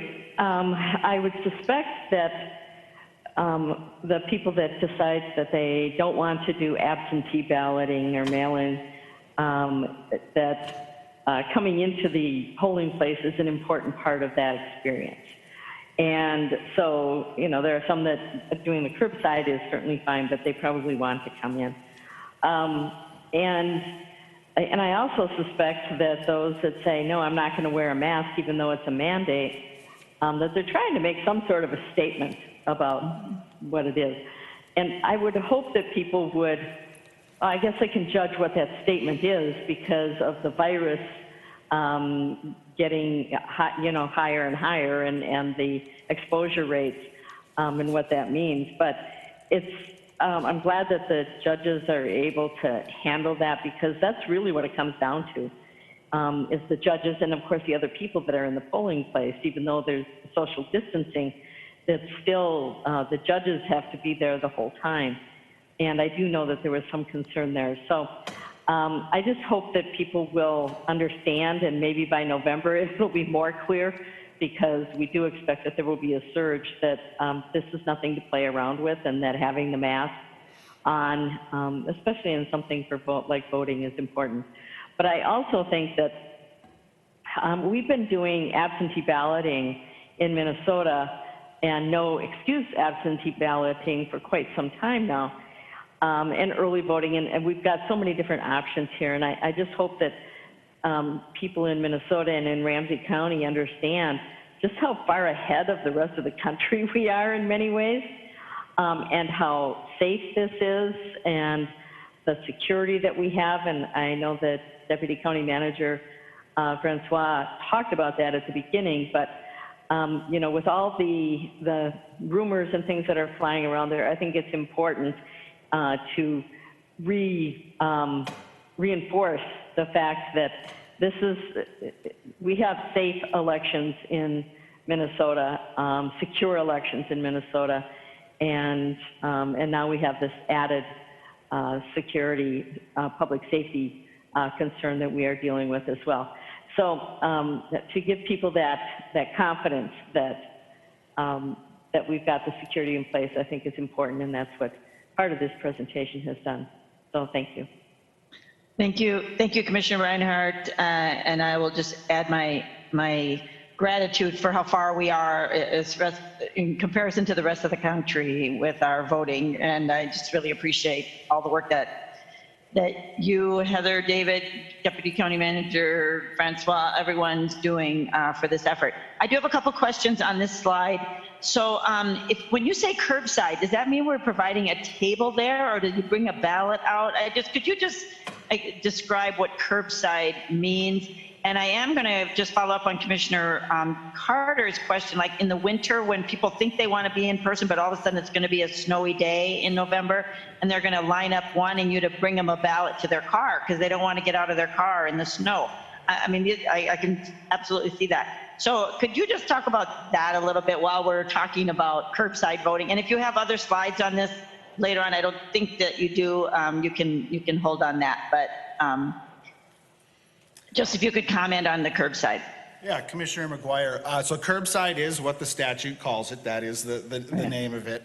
Obviously the intent was if you drive up to your polling place and you're unable to enter, we'll come out to you and your car's probably parked at the curb. So that's probably where that verbiage came from. With that said, the law does specify what our judges must do. So we do have to, two judges of different political parties. You must bring out the roster, which is no longer paper. In Ramsey County, we transitioned to electronic rosters fully in 2019's general election. So we would have to bring out that information. With that said, it's also, if you do curbside, you don't just get to go to the front of the line. And so as a sense, we kind of got to mark where you are, and then we'll come out and bring out the judges. So one of the recommendations that I think we'll learn after the whole COVID election are some things that we probably just want to put in, make some changes going forward anyways. This might be one of those avenues with that. There was a lot of excitement around this in elections that occurred in March and April when the pandemic was new, and people weren't really used to leaving their house for much. And so I think as people have become more comfortable with living in the current environment, wearing masks, how we go out and just do our grocery shopping, people kind of got used to that at the polling place too. But with that said, we did want to make this available that if you want us to come out to you, if you're unable to enter, and we'll leave that up to you, what that decision is, we're going to make that available. Again, what does that look like in November when there's snow? Well, the reality is if you've been able to get to your polling place, our judges can get out to you.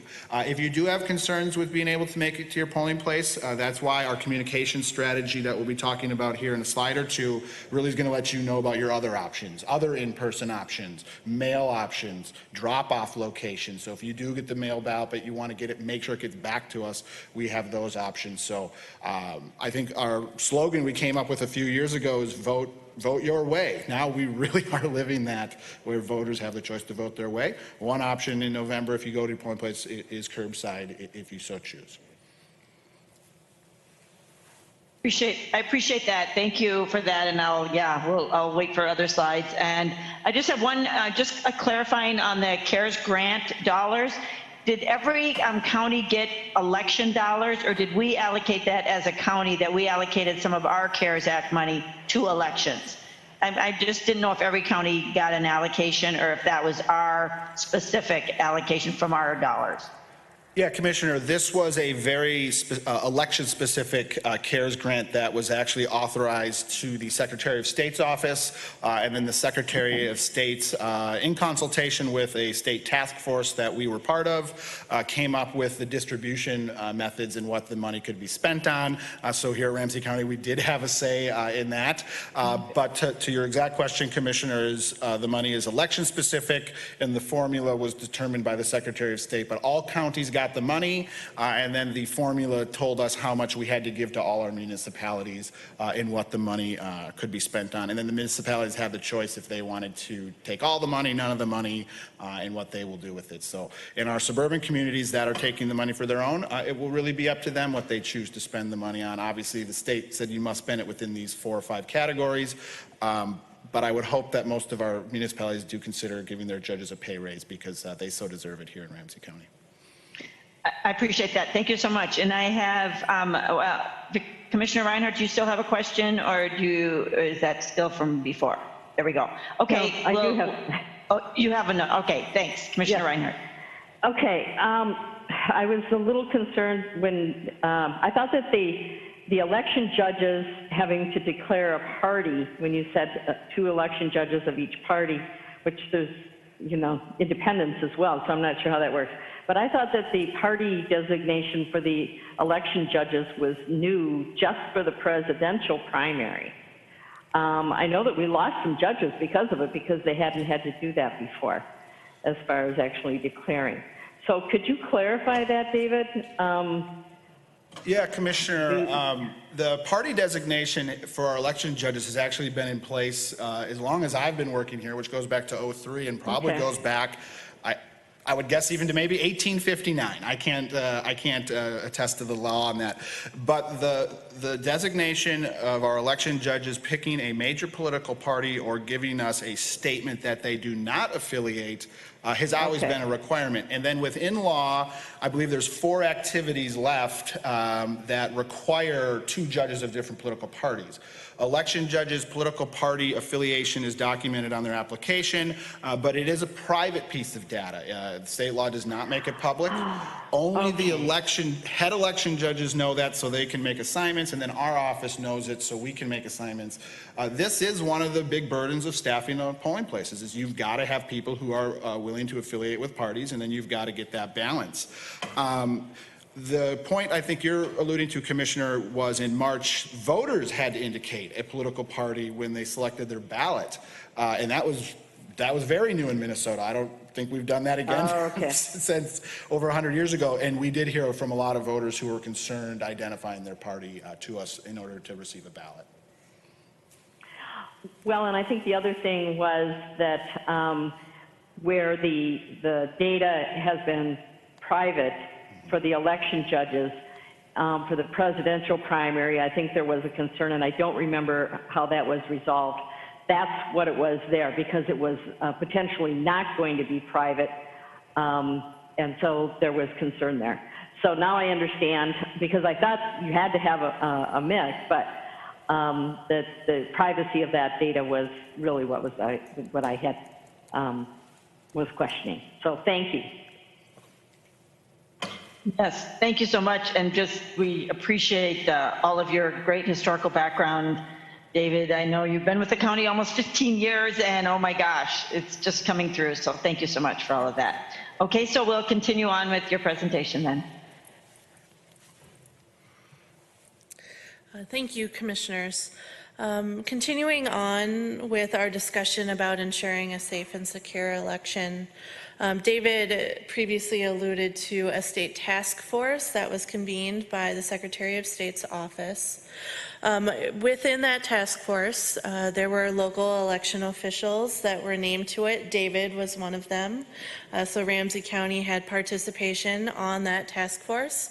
There were also local municipal clerks alongside county election administrators that were on that task force. One goal of that task force was to determine the allocation of that CARES grant money that was specifically set aside for elections. There was a pot of, I believe, $6 million that was allocated to the Secretary of State's office of CARES grant money. The Secretary of State's office chose to keep a portion of that grant and use it to provide PPE to all polling places statewide. And so a portion of the PPE that you saw at our early vote centers and at the polling places was provided by that CARES money that the Secretary of State used. And then the remainder of that CARES grant money is what was allocated across all of the counties and municipalities. The other thing that the task force discussed is how we are going to implement the changes that came about as a result of the legislation and the litigation that we just talked about. And then moving to the next slide, continuing the discussion on ensuring a safe election, is how we reviewed polling places. David talked a little bit about that, and I'll have him give more information. But our main goal was that we didn't want to shutter or combine locations due to the negative experiences that we saw voters experience across other states, and due to racial equity reasons. We wanted to make sure that we were not removing polling places from vital communities. And so we worked with our local municipalities to gain the new locations, and I'll have David talk a little bit more about the criteria we used to establish those polling places. Thank you, Heather. As always, we review all our polling places every spring anyways. There's a lot of changes, as simple as the road that we have marked for parking is under construction, or at the Landmark Center here, they put up the skating rink, and that takes away some of our parking. And so we want to be aware of these things well ahead. We had already begun our surveys when COVID-19 began, and so we reevaluated that. I wasn't going to send my staff out in person anymore to a lot of these locations. So for our returning locations, we created a digital survey that our contacts at each location completed, and then we just worked through with them individually. I will actually pause here and remind our commissioners we have 170 polling places in Ramsey County, so you can see the scope of that. It's not just going to 20 or 30 locations. We have 170 we need to make sure that are ready to go. With that said, we always use the Department of Justice's survey to make sure every polling place in Ramsey County meets the requirements in federal and in state law and ADA requirements. But this year we added some additional requirements as to social distancing. Did you want the facility cleaned the day after the election? So we have a lot of our private locations that said, yes, we'll still be a polling place, but will you clean our facility? That's actually some of the CARES Act funding will be spent to pay for that. And then we also wanted to make sure that as we made changes, so as I said, I think we had 8 in St. Paul, the biggest thing with the changes, if voters don't know about it, they can be disenfranchised. So we really wanted to make sure that messaging went out. We sent out additional mailers beyond what the state requires that literally had a big map, showed them their new polling place with crossroads, and also gave them more information to find online.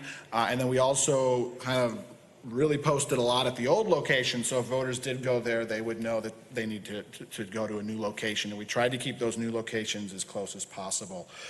But as a result of COVID, we reevaluated all our polling locations, and we're very critical of where those locations are. We want to be near bus exits. We don't want voters to have to cross busy streets. We want to be in places that people know. We don't want to be hidden away in some neighborhood. So when we're looking for a new polling place, there is a lot of criteria we use as opposed to just picking the next big building that's available down the street. But our main goal was to not shutter polling places because for those of you who paid attention, Louisville, Kentucky's the big one where they had one polling place. They got rid of all of theirs. And I think it's pretty agreeable that that situation did not work out for those voters. And we did not want to see that here. Thank you, David. Continuing on with what actions we took to ensure a safe election, our staff worked diligently to create a COVID response guide that we made available for our election judges, our voters, and where it was available at our polling places. This guide was available on our website for the public to access. The guide talked about procedures for election judges at our early voting locations, at our polling places. It detailed how we were going to do intake on election night of the supplies from the election judges. It included all the signage that would be posted at all of our voting locations and polling places. So our staff worked diligently to create an extensive COVID response guide for this election. Another action that we took is we formalized the creation of an elections emergency response team.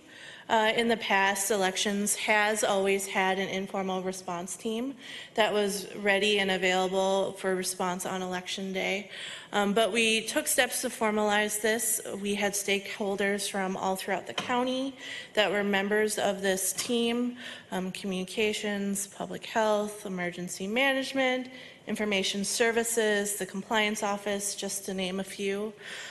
We had a dedicated chat and meeting room, a virtual chat and meeting room where we were able to converse securely throughout the day to discuss any issues that happened or how we were going to respond to certain situations. As I talked about earlier, we also expanded our physical footprint of our elections office.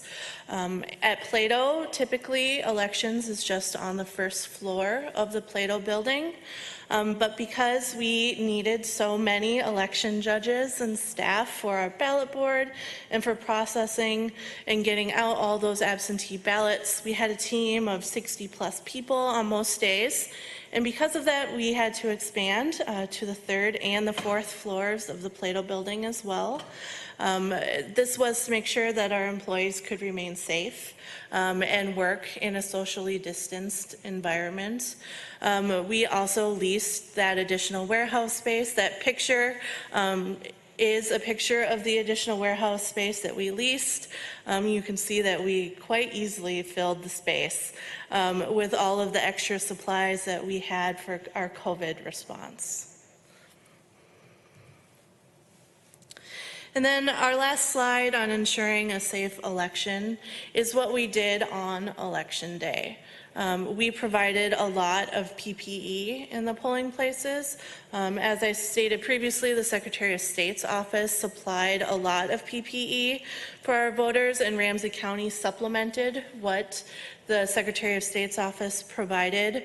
Some of the PPE that was there on election day were masks, goggles, sanitizer stations, disinfectants, disinfectant wipes, shields for every election judge to work behind. We had disinfectant stations as you were entering the polling place and then throughout the polling place and then again when you exited. We wanted to make sure that that was a presence that was felt in the polling place by voters, that we were taking every possible precaution we could to make sure they had a safe experience. We also hired extra election judges so that if election judges weren't able to come in and work on election day, that we would have enough judges available so that the experience wouldn't be impacted by a lack of election judges. We also sourced pens enough so that each voter could have a single-use pen as they came through the door, and then they could keep those or dispose of those when they left. we changed a lot of the processes that would typically happen on Election Day. David talked about the poll pads that we use. Those take the place of those paper rosters that traditionally you would have seen in polling places in years past. Traditionally, those poll pads would require voters to touch or to sign receipts. We retooled those processes so that they didn't require voters to sign and to touch as many items. And then our election night returns, we moved those outside under tents, as you can see from the pictures, so that we could be socially distanced. And it requires a lot of staff that intake does, and so we wanted to make sure they had a safe experience as well. On the intake, election judges were able to drive through, pull up to the tents. Our teams would come up, unload their cars, and would talk to them about their experience and thank them and collect all of the paperwork, and then the election judges could go on their way. So it didn't require election judges to leave their vehicles at all on election night. And with that, I will turn it over to David to talk about our communications campaign. Thank you, Heather. Commissioners, so obviously we knew very early on, by probably mid-March, that we were going to have to really reevaluate how our voters participate in elections. As you saw with all the law changes, most of those actually impacted the way our office administers elections and had minimal impact on the voters. I think the witness requirement and the extension beyond election day to count ballots is the biggest impact. But in Minnesota, our voters were already set up to be able to vote by mail. We've had no excuse absentee voting, and we've had a very healthy amount of voters choose that option for many years already. But we knew this increase was coming, and so we quickly, as an office, began researching how this works in other states, but more specifically, what are some of the problems when you have voters all of a sudden voting by mail? What if you don't have a traditional address to send a ballot to? What if you're a first-time voter and you don't even know about your voting options? What if you're a student and you are living on or off campus, and now because of COVID, you might not be on campus anymore? There's many scenarios. What if you're living in a shelter? How does vote by mail impact you? So we knew right on after we began doing this research that informing our voters was going to be the most important part of this entire strategy. And we, as being in the most diverse county in the state, our strategy had to be very diverse. And so the slide before you will kind of show you what we've done. I think the most visible part of this strategy was the mailer. And so with that said, we clearly worked with our communications department very closely in this. We have a very long-standing relationship with them anyways, so it was really easy to get this stuff up and going. But our first was a countywide residential mailer where we really wanted to inform everybody, all the residents, about their safe, easy, and convenient method to vote by mail. But we wanted to be very targeted in this, so we also sent this mailer to all our non-registered addresses, so all our high-rises, all our apartment buildings, so you did not have to be registered to receive this. We also distributed this mailer as a poster to be posted in our shelters, to be posted in our public housing authority. I'll get to a slide here about our community partners, but we have 19 different community partners that did census and voter engagement. We distributed these materials amongst them, and we informed them, so as they got questions, they would be able to respond to this. But the countywide mailer, which I'm hoping all you commissioners saw in your mailbox, was our first big push. With that said, there were a lot of mailers going out from many groups, and so these efforts were really replicated by many other groups. Our office saw the success of that right away. We had ballots and people requesting to vote by mail at a very high rate very early on. But knowing that the countywide mailer would really only hit a segment of our residents, we really wanted to be targeted in our other outreach. So we did a lot of targeted social media outreach. This is where we had, translated messages, specific messages to different parts of our county where we know we have younger people, different needs, like where do we really need more election judges? Let's recruit there. And so we worked with our communications department through all our social media channels to make sure that we had targeted messaging out as well. But obviously, social media doesn't hit everybody. So we wanted to take advantage of our community partners, which again, we have 19 that represent the diversity of our county and did census and voter engagement. And so we worked with them very regularly. We have our staff person and our intern who are regularly, daily communicating with these partners on any issue. Talk about the witness requirement, talk about all the steps required to actually do vote by mail. So our community partners were vital in our communication strategy.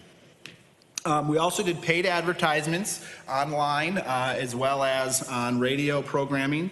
MinPost said that the paid advertisement was their most successful campaign to date yet, the most clicks. I forget what the metric is, so we can give you that exact metric following this meeting. But they said it was by far their most successful social media campaign or ad campaign. Also, the metrics we saw from Facebook, Twitter, and Instagram also revealed that it was a very popular campaign. John could give me the exact numbers, possibly, or we could find them because I saw the data on this. But we were averaging a very high rate of clicks per dollar spent to a point where Facebook said that this is very outstanding. This represents a very successful campaign. So we were very encouraged to see that.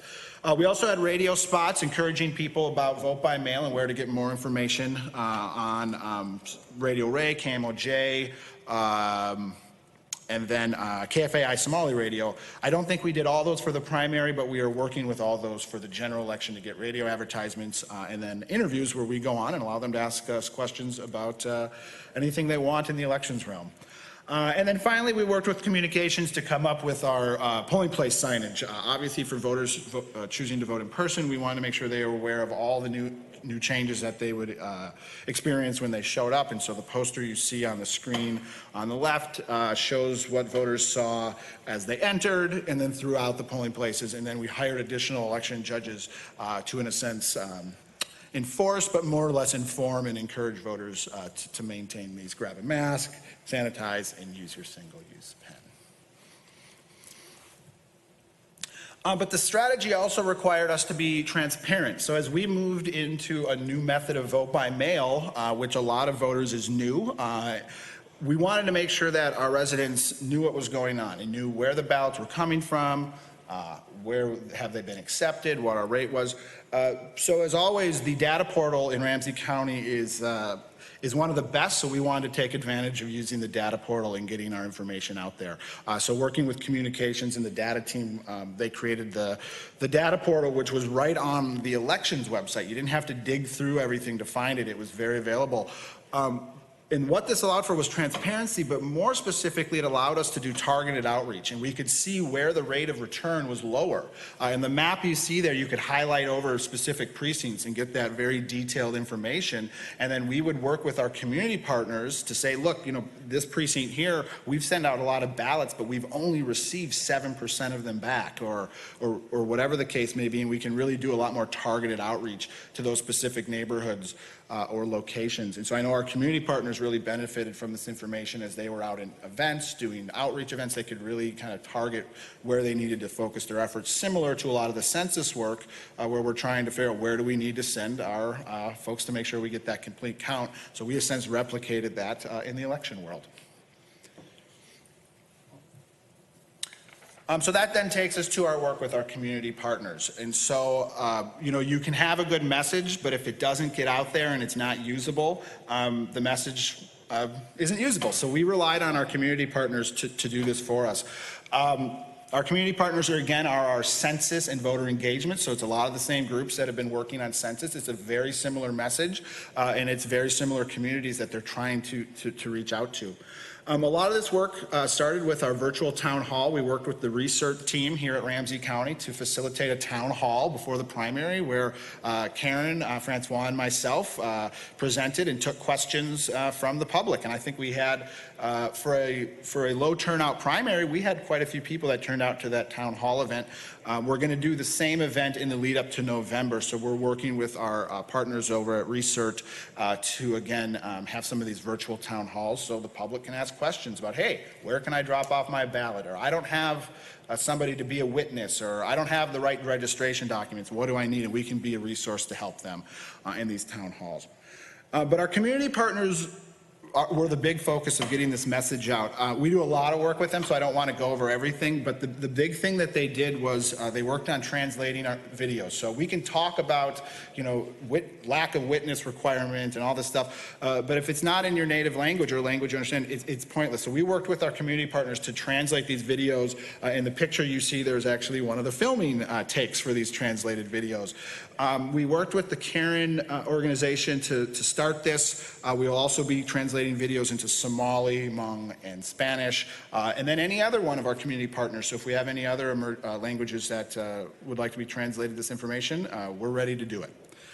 The community partners also do a lot of targeted outreach within their networks. So as Heather alluded to, there was a rapidly changing environment, and we didn't know up until even a few weeks ago what the rules would be for November, because some of the cases weren't even supposed to be determined until later this week.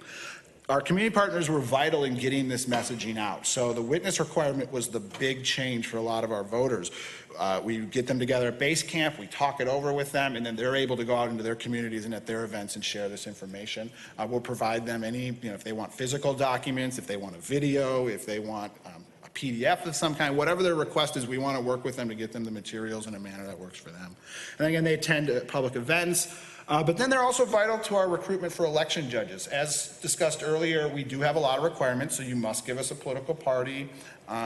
We do need to take judges off the party lists, but short of those two things, we can staff with election judges who meet the requirements. And so we rely on our community partners to really staff up our election judges, and then they help recruit people within the community to work in their neighborhoods. And that's a big thing. We want folks who live in that precinct to work in that precinct. It's difficult to achieve with the restrictions, but our community partners are very much helping us get there. And I think we'll see their efforts in November on Election Day. And then finally, I talked about the radio interview ads already. You can see the stations there, Radio Ray, KMOJ. And with KMOJ, we focus on the youth radio station. And then with KFAI, it's the Somali radio. And we'll do, again, interviews and ads with those locations. And I'll turn it back over to Heather to bring us to the conclusion of our presentation. Thanks, David. To wrap up our presentation here, I'd like to talk a little bit about how we're going to expand efforts for the general election. And Commissioner Carter, I'll talk about your question that you had raised earlier about ballot drop-off locations. We're very excited for a new service that we're going to be rolling out for the general election, where we are partnering with groups across the county, but also with the City of St. Paul Public Libraries to provide ballot drop-off locations. The plan currently is to have safe, secure, in-person ballot drop-off locations at the 5 service centers that the county is offering, at all of our absentee vote centers. So we have 3 initially, and then the 2 weeks before the election, we go up to 7. And then we are also partnering with Ling Becker and the City of St. Paul Public Libraries to offer drop-off at the community career labs that are located in 4 of the City of St. Paul Public Libraries, which are Dayton's Bluff, Rice Street, Rondo, and Sunray. Are those 4 locations. So those locations will be available for the 46-day period for voters to drop off their ballots and to receive confirmation that Ramsey County received their ballot and that it is in our office to be processed. We also plan to continue recruiting and training election judges. We expect to see an additional 600 plus election judges recruited and trained. As David said, our partners, our community partners, play a large part of this. Early on in the primary, as we were staffing for the primary, due to our community partners, we saw up to a 30% recruitment rate of judges that were either bilingual or identified as non-white. So they were extremely, they played a key role in helping us recruit election judges that reflect Ramsey County communities. And then we are also planning to accommodate an additional amount of voters. Up to an additional 235,000 voters will be coming through our doors and or casting ballots via mail. And so we are expanding our efforts and we are expanding our staff to be able to accommodate that. And with that, we would be happy to stand for any questions. Thank you so much for that great presentation. I know there's a lot of interest around this topic. So I'm going to start calling on commissioners and we'll have a good discussion. So I first saw Commissioner McDonough and then Carter, then Commissioner Bretham, and then Reiner. Commissioner McDonough. Yep. Yep, thanks, Chair McGuire. A couple questions on David's slide about utilizing the 19 community partners, and I was really glad to hear that finally, because that was one of my questions. Was pre-COVID, we have really started to put a lot of effort into the community engagement side, and we attach the census work to it, and recognizing we've got some of the lowest turnout areas in the state, or we have the lowest turnout areas in the state. And so we really put an effort with some goals of really increasing the voter participation, and then at the same time this year, ensuring that census work and the participation there. And once COVID started, of course, that changed everybody's world, and you gave a great presentation about how you've managed to, get through one election or two elections and then get prepared for this big general election. Can you talk a little bit? Have those community partners been able to still focus some work on trying to engage more voter participation as we utilize them in the election judge work, as we utilize them in the communication stuff for the COVID?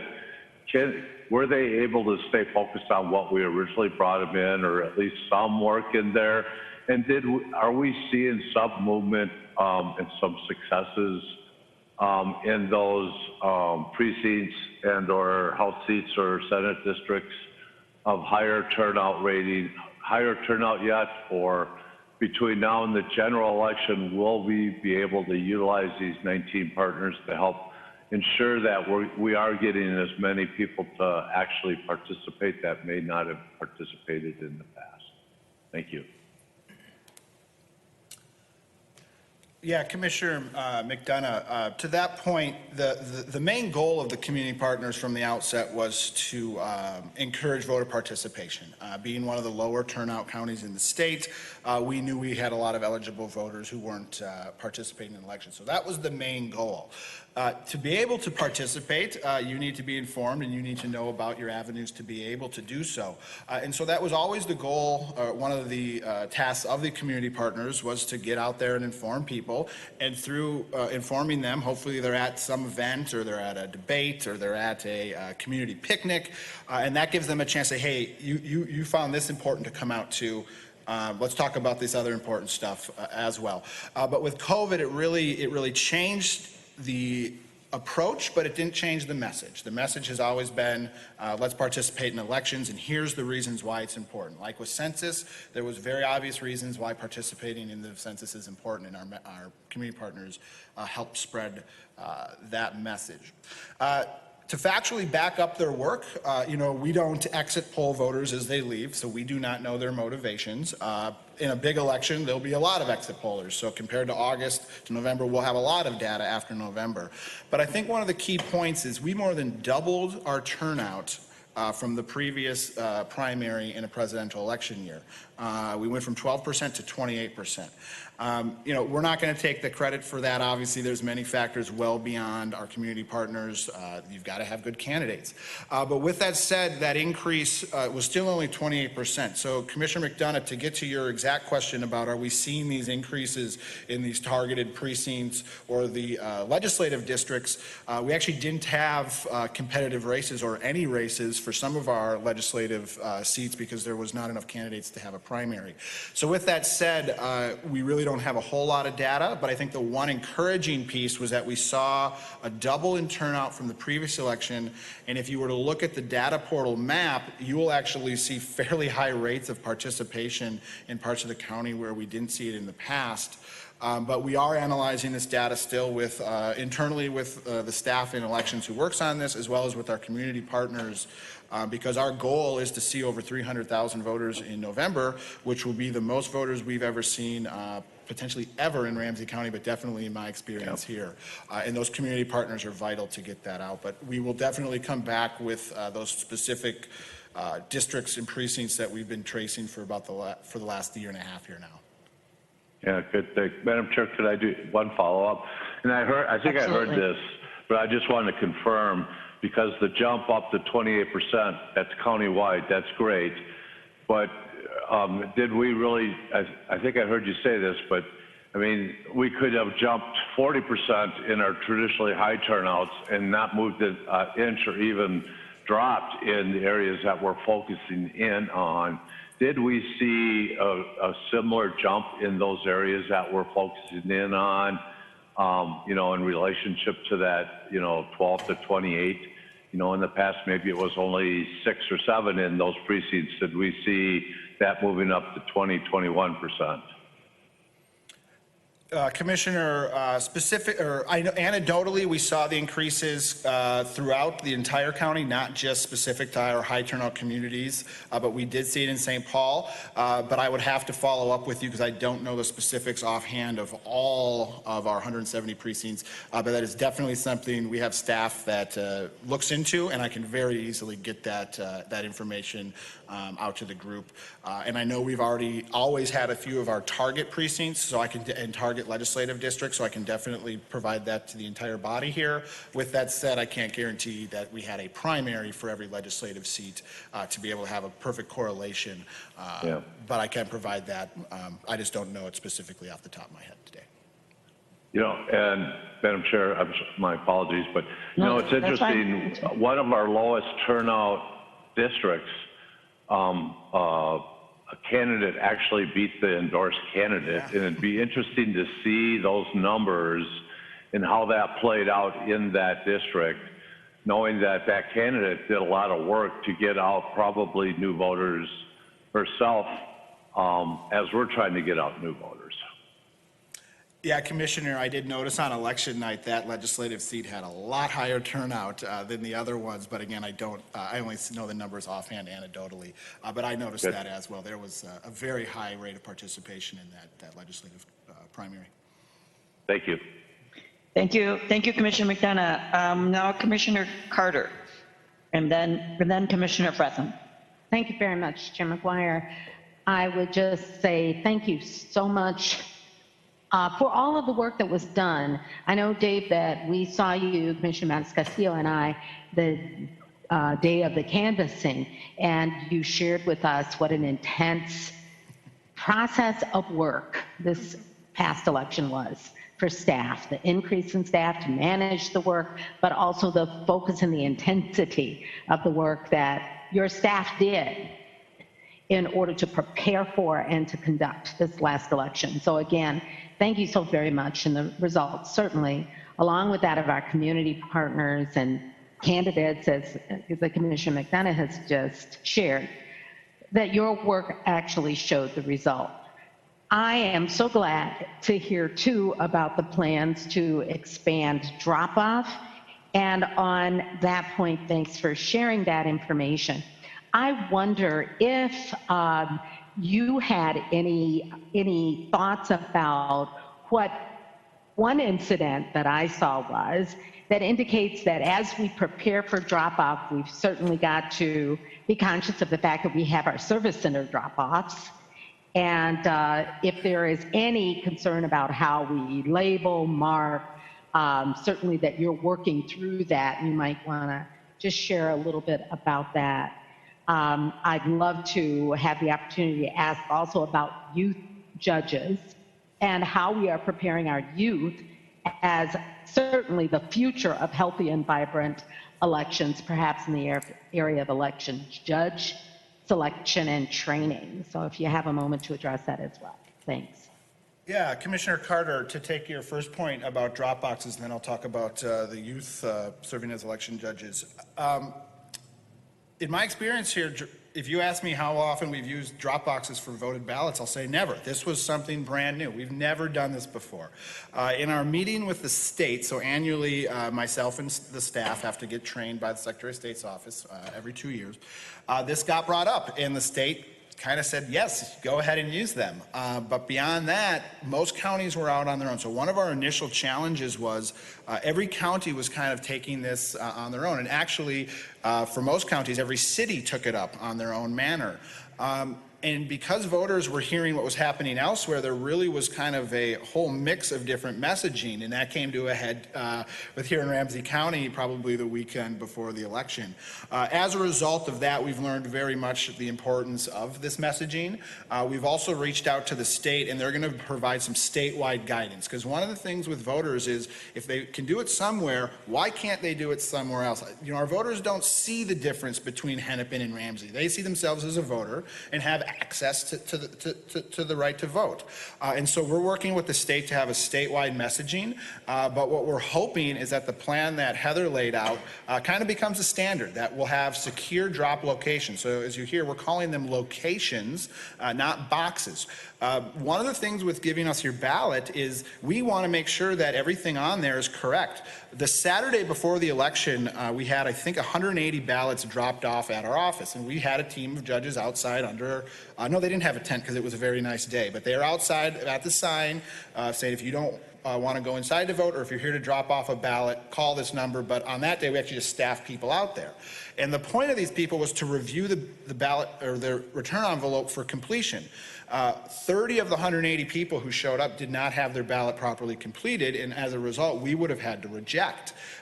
Being 2 days before the election, there would have not been enough time if we opened that box on Monday morning to get a new ballot. So we want staff actually at these locations to quickly review the ballot, or your outer envelope, not your ballot, and it takes maybe 10, 15 seconds to make sure that if you're dropping your ballot off with us, A, we've got it, you don't have to worry about it, and B, that you've properly completed it, and you don't have to worry about it being rejected and you finding out because we sent you an email or give you a call the next day.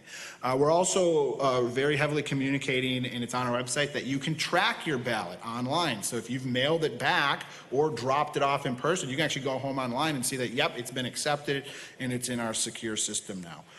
So that's what we're looking to do with the drop-off locations, and I think at now it will be over 16 of these locations if everything pans out right, and then we're also going to be working with our cities to potentially offer city halls if those cities so choose to have their city hall as a drop location too.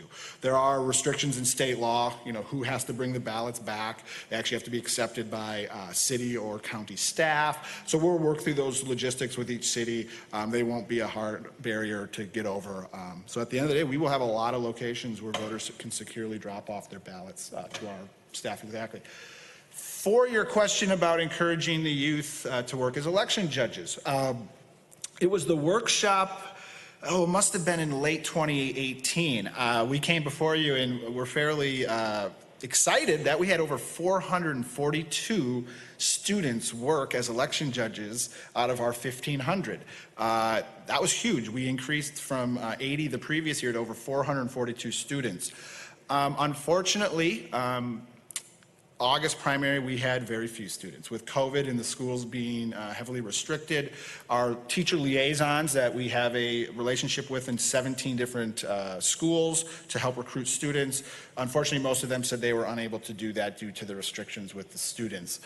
So we did work with some of our students who came on board independently of the student liaison program, but that is definitely a negative impact of COVID, is that we have limited access to have our students serve as election judges. So to the point of our community partners, working to recruit younger people became that much more important because we kind of lost our lifeline into the schools until they have an opportunity to evaluate the safety of the students in this activity, which is very understandable. Thank you very much. Thank you so much. Commissioner Fretham. and then Commissioner Matis Castillo, and then Commissioner Reinhardt. Thank you, Chair McGuire. I do have a couple of questions. Is that all right? Yeah, go. Yes, this is the time to ask questions. This is a big topic. I know I have a few myself, so I think we should spend some time getting our questions answered. So great. Yeah. I've been saving them, and thank you, everyone, because most of my questions were answered. I have 3 left that didn't get answered. One of them is whether we know how many voters who requested primary ballots also requested general election absentee ballots. Commissioner Fretham, I don't have that anecdotally I don't have that discreetly, but anecdotally, we are going to send over 100,000 ballots out. Most voters selected on your application, you can select primary, general, or both. The big mailer that went out, that most of the applications that came back initially was from a third party that pre-filled in both. So you had a lot of voters who just selected both. We would have to go into the system. There is not a report in the statewide voter registration system that breaks apart those two. We actually have to run labels to get the exact total. And we've obviously brought this up as in the future of COVID. I think this is a good report we're going to want. But I can tell you, we're going to mail out over 100,000 ballots when absentee voting begins on September 18th. Our all-time high was in the primary, which was 26,000, and the all-time high before that was 8,000. So you can see we've dramatically expanded. So to anecdotally answer your question, most voters chose both, but if you are looking for that discrete number, we can find it and I can get that for you. We just have to do a little digging to get it. No, that really gets to my question there. The second question I have is around other methods of community outreach. We've, over the last several months, we've been hearing about different outreach methods on both the census and COVID, and even today, Director Becker talked about ways they're trying to get out information about tech packs, about putting info and flyers into, food packs with the school districts. Is there that kind of collaboration happening around voter registration? We've heard about public health going to the beach and handing out info about masks. Is that info going with IPR team and on voter registration and absentee balloting and voting early in person? Because I think that's something that I've heard from some folks who are nervous about mail, but don't want to go to the polls on election day, that there is still a lot of interest on voting early in person. Commissioner Fretham, I wish I had an event where we sent our staff to the beach, because I actually was at the office when Public Health was preparing for that event, and it was kind of cool to see, and actually thought, wow. But yeah, that is the main goal of the community partners, is that a lot of them are doing these events anyways. Again, one of the impacts of COVID was, events like Rondo Days or the State Fair even in the lead up to a big election were canceled. So we did lose one of our very big tools to get out to the events. But that is the point of the community partners, is that, a lot of them, we provide them a table, we provide them, a skirt for the table. We provide them tents even if it's a hot day outside or if they need some shelter. And the point is to be present. But also what we learned from one of our community partners from previous years, she said, no, we're not just standing under the tent. We're getting out. We're moving with people. We're talking with people. And so one of the events was, yes, to be present, but also to not be behind the table, but to be active. And so that was one of the goals of our community partners. Another example is we did library programming in 7 of the libraries, St. Paul libraries, and then the Ramsey County Suburban libraries. And our community partners were at each event. And what the benefit of them was, is they could tweet out within their networks, hey, we're having an elections 101, and then we did voter engagement 101, and we train you how to do, either a voter registration drive or an absentee ballot application distribution. We go over the rules. But our community partners also then, during those events, especially at busy libraries like the Rondo Library or the Roseville, they just worked with the crowds coming in and out and talked to, hey, are you registered to vote? Are you informed of the upcoming election? And so we really kind of modeled it after some of the census engagement, because these partners did the census engagement. They also then incorporated voter engagement. But having our staff, we have 2 staff in elections, a permanent staff member, and then an intern who worked with policy and planning for census and now is working with us in voter engagement. That's what they're doing. They're going to the colleges for events. They're going to different roundtable events. Most of those are now happening digitally, but we still are going out in a physical footprint. to do that. And then we will have, or we're working with communications to set up a couple drop-off events too, where for 1 or 2 days on a weekend, we'll actually promote a very big drop-off location. So we're looking at doing some of our own in-person events too, to allow people to drop the ballots off directly at us. If they can't get to one of these locations, we'll maybe take a whole parking lot and set up massive teams to do this. So. And our community partners would be vital partners in making sure that that messaging gets out so folks are aware of it. Great, thank you. And I just had one more question, and I don't want this to seem like a drag on your department, so please don't take it this way. I just know I'm going to get a bunch of texts on election night because Ramsey County seems to be like notoriously the last ones to come out with election results. I'm just wondering if you can speak to that and why that is. Just so that I have the response to people when they ask why everyone else has election results and Ramsey County doesn't. Commissioner Fretham, no hurt on a drag of a question. I get that question all the time. So you have a talking point. The communications team has written up a memo. I believe it's on the elections website. It could get pushed to the main site closer to the election, but I can provide it to the entire group. I know annually it would be sent out, and it's explaining why we're doing this. So you don't have to remember what I tell you right now. I'll send you that. But where this really derives from is public perception wants to see that result right away. And for you all who are candidates, I'm sure you're sitting there refreshing, wanting to see every update. But for my profession, you know, it's that 100% total reported. And for us in our office, when we say we're 100%, we want to make sure of a few things, that it's an accurate result, and that's it's a secure result. In 2012, our office got away from transmitting results to modems. So to answer your direct question, Commissioner Fretham, the reason you see our results a little later, starting later than the others, is we don't modem from the polling place. We are one of 2 counties in the state that does not do that. We came to that conclusion in 2012 as a security feature. The modems that upload the results from the polling places to the Secretary of State's office are not encrypted, and so we felt it was an unsecure thing. So our process is designed to be secure. The judges are physically delivering those memory devices to our office. They do not transmit the result over. So as a result, we can't get results until the judges have closed down the polling place, audited their result, and physically brought it back to us in a secure method. Then we have our team of judges make sure the seal hasn't been tampered with. They break the seal, turn it over to our staff who audit it. But before we upload the result, we take a quick look at the precinct's statistics to make sure we're not reporting a result where we have, you know, extra voters or undervotes, because during an election day there's going to be scenarios that make the statistics slightly off, and we want to evaluate all the data coming back before we report that result. So we're taking a step of security as well as a step of accuracy before we report that result. And then, as I know Commissioner Mattis Castillo and Carter know, the official result actually does not occur until the canvass, which in November will now be November 13th. So I will send that out to the commissioners, as we did not have the date known, but now we do know it. So that's the official result. So I'll take further questions on that, Commissioner Fretham, but I will not hesitate to send you that memo so you can have the talking points right in front of you. Thank you, much appreciated. Thank you, Chair McGuire. Those are my questions. Thank you, and I have the same question, so I'm glad you asked that one, because I get as many texts, I'm sure we all do, on election night for how long it takes for Ramsey County to come through. So thanks for that explanation. I'm just going to pause here to do a time check before we call on the other commissioners.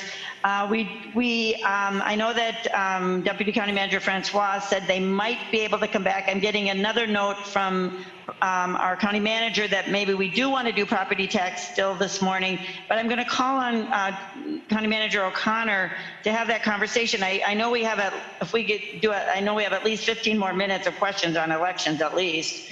And then if we still need to do property tax this morning, we would go till 12:15. But Deputy Ryan, do you want to make a few comments here on what the timing is on when we have to do this? I thought we had a little bit of permission to maybe not do property taxes this morning, but.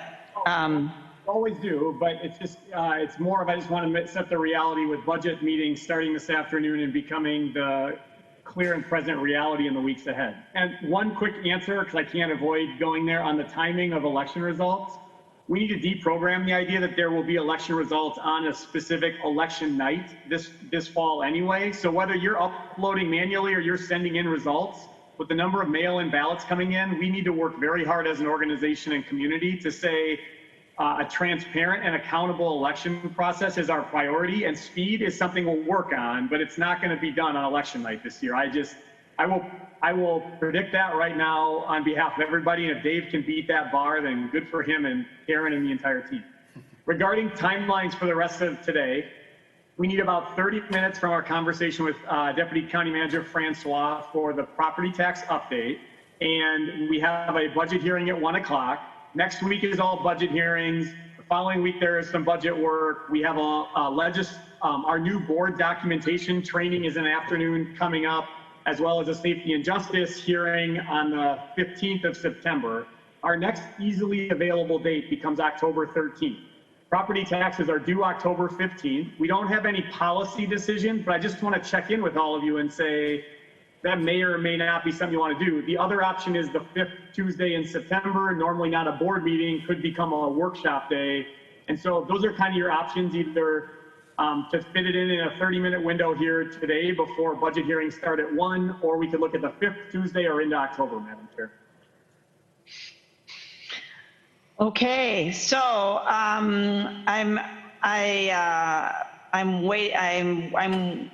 interested in what other people think. I'm perfectly okay to go. I'd like to get a few more questions answered in elections, so we would do that for another 10 or 15 minutes, and then we would do property taxes and be done by 12:15, giving us 45 minutes before our 1 o'clock workshop this afternoon.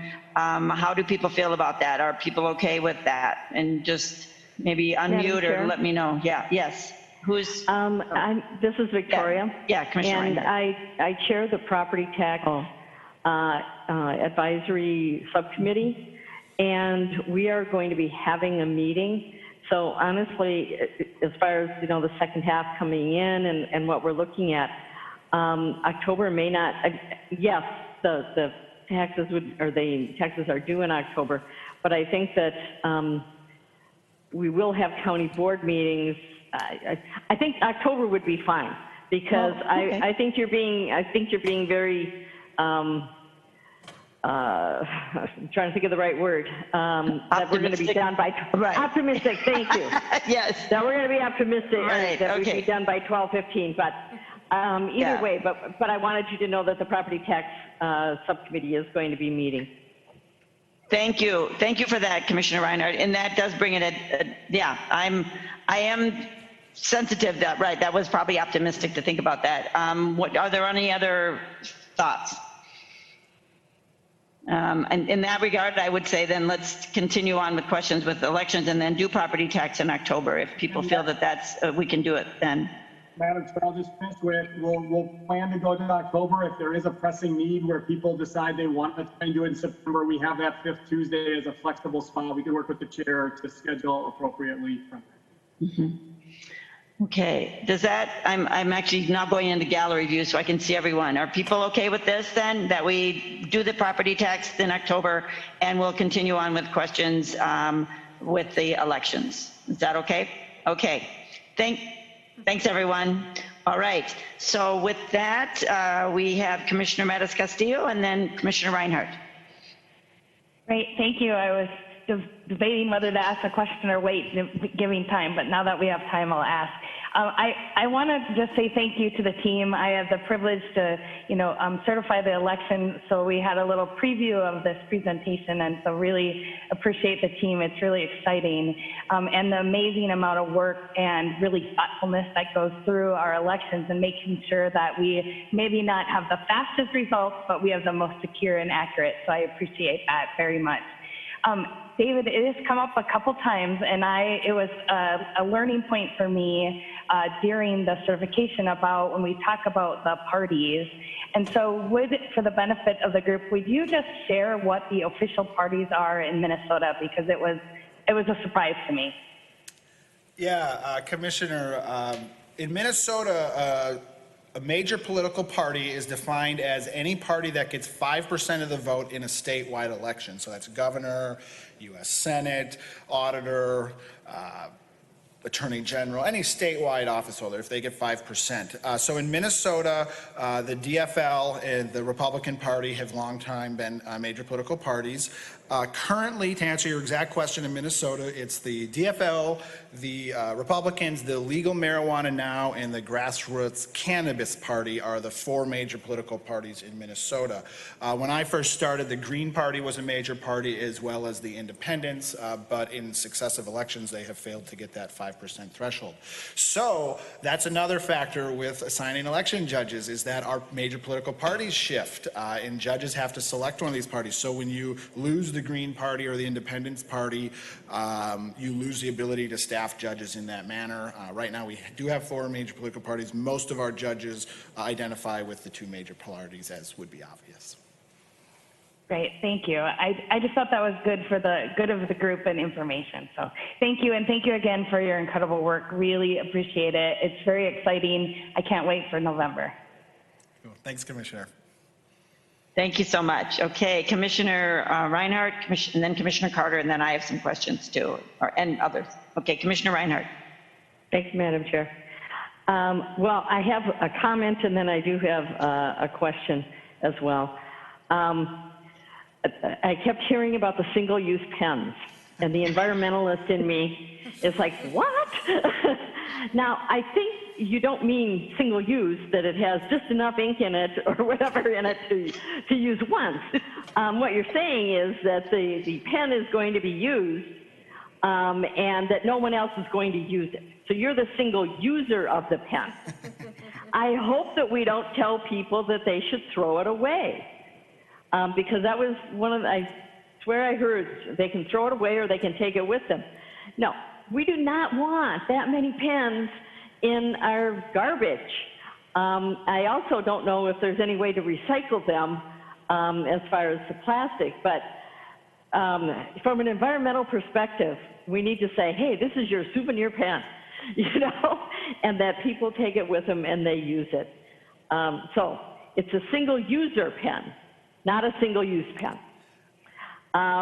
Then the second one was really, first of all, I want to say thank you for the census / voter registration work that's going on, because we're in crunch time now because it's September and the census is going to close at the end of this month, you know, a month earlier than we thought it would. And so that's going to be really critical to get those census forms in as well. So the other question was, you know, for the primary, you know, again, we have different seasons here, as we all know, but I'm trying to imagine you having tents outside in November. How are you going to, what is the plan to actually make sure that the judges, the polling places can get their results to you in a way that is going to be safe and comfortable for all involved? Commissioner, yes. So first of all, I do have my census pen here. I am using my census pen. Working in elections, it's interesting what types of things raise to the level. I hear about pens all the time, which is kind of interesting. I just want to make for the record, the pens were not disposed of. We had a box when you left the polling place that you were able to put your pen in the box. That box then was delivered back to our warehouse. They'll sit there for, you know, what, 2 months, and then we'll repurpose those pens for the next election. So the term single use was actually just created for this presentation because I think it was the one term, but you're right, they were single used pens, but they will be used again one time. But the main idea was that when voters showed up, they grabbed a pen out of a box for the first time, used that pen throughout the entire process, and then either kept it or put it in a box. Then that we'll reuse those for the upcoming election in November, as those pens will have ample time to sit and self-disinfect before they're used again. Your second question, please remind me, I failed to remember it. But what's the plan for collecting the data from the polls? Because it's going to be November and tents outside seems like it might be a little tough. Yeah, correct, Commissioner. Having our results returned to us in November, again, is nothing new. We've been running elections in November for a very long time. So part of the reason our response team includes property management, public works, various others, is if we do need to get in it, if we do have a major snow emergency or any emergency, we've got a team set up to deal with that. The sheriffs are part of our response team. So if we need to send out a team of sheriffs in worst case scenario to get those results back to us, we can. I know certain suburban communities, North Oak specifically, has used the sheriffs for years to bring their results back to our office. So we do have an emergency response team set up to deal with that exact scenario. To the tents outside, yeah, that was something new we did in August. In August, the question was, what if we got a really bad thunderstorm or if it was really hot? So for those who worked for us, the tents had fans and they had gutters available. We didn't need the gutters, but they had them available. For November, we are still considering that. Bringing our judges into our warehouse is a public safety risk. So for any of you who've been at our office on election night, when you get 170 head judges returning into a room, it is tight. And so right now, outside is one of our only options. But the response team does include, public work. So if we do have a big snowstorm, they're going to have to be plowing our lot regularly. We have not finalized that we'll use tents right now because this conversation has been happening for a while now. When we first came up with the idea, I think the second comment was, well, what about in November? So we're still working on that, but what we don't want is to bring all 170 of our head judges into one room going through all their materials. So we are still reevaluating that. Well, and just as a follow-up to that, I mean, there are a lot of, again, being in Minnesota, we have a lot of events that happen during the winter months, and November shouldn't be as bad as December or January, obviously. But they can, I mean, there are tents that are put up that are specifically designed for colder weather because of the heating systems that you can put into them as well. So you might want to check that out before. But again, we're not talking generally, I don't even want to say it out loud, but we generally aren't talking sub-zero weather in November. So. Well, Commissioner, I once said to someone that you never had to worry. The only thing you didn't have to worry about in Minnesota was a blizzard in October, and I was wrong. 1991. So. I clearly remember that, Commissioner. So yes, we've experienced those before. But yeah, our planning will incorporate that as well. Actually, the tents that we're looking at for the winter do have heaters and are designed for that purpose. Okay, thank you. So I have a couple of questions here that my colleagues have been asking, such good ones, so I'm taking those off my list. But as far as, you're still recruiting election judges, so people can still apply, and when will the deadline for that be? Just curious, how long can they apply for? And have you thought about reducing the time frame of each, and do they still have to go from 7 in the morning until 9 at night, or are they half days now? When my mother was an election judge, she would have to go all day and night. Can you talk about that?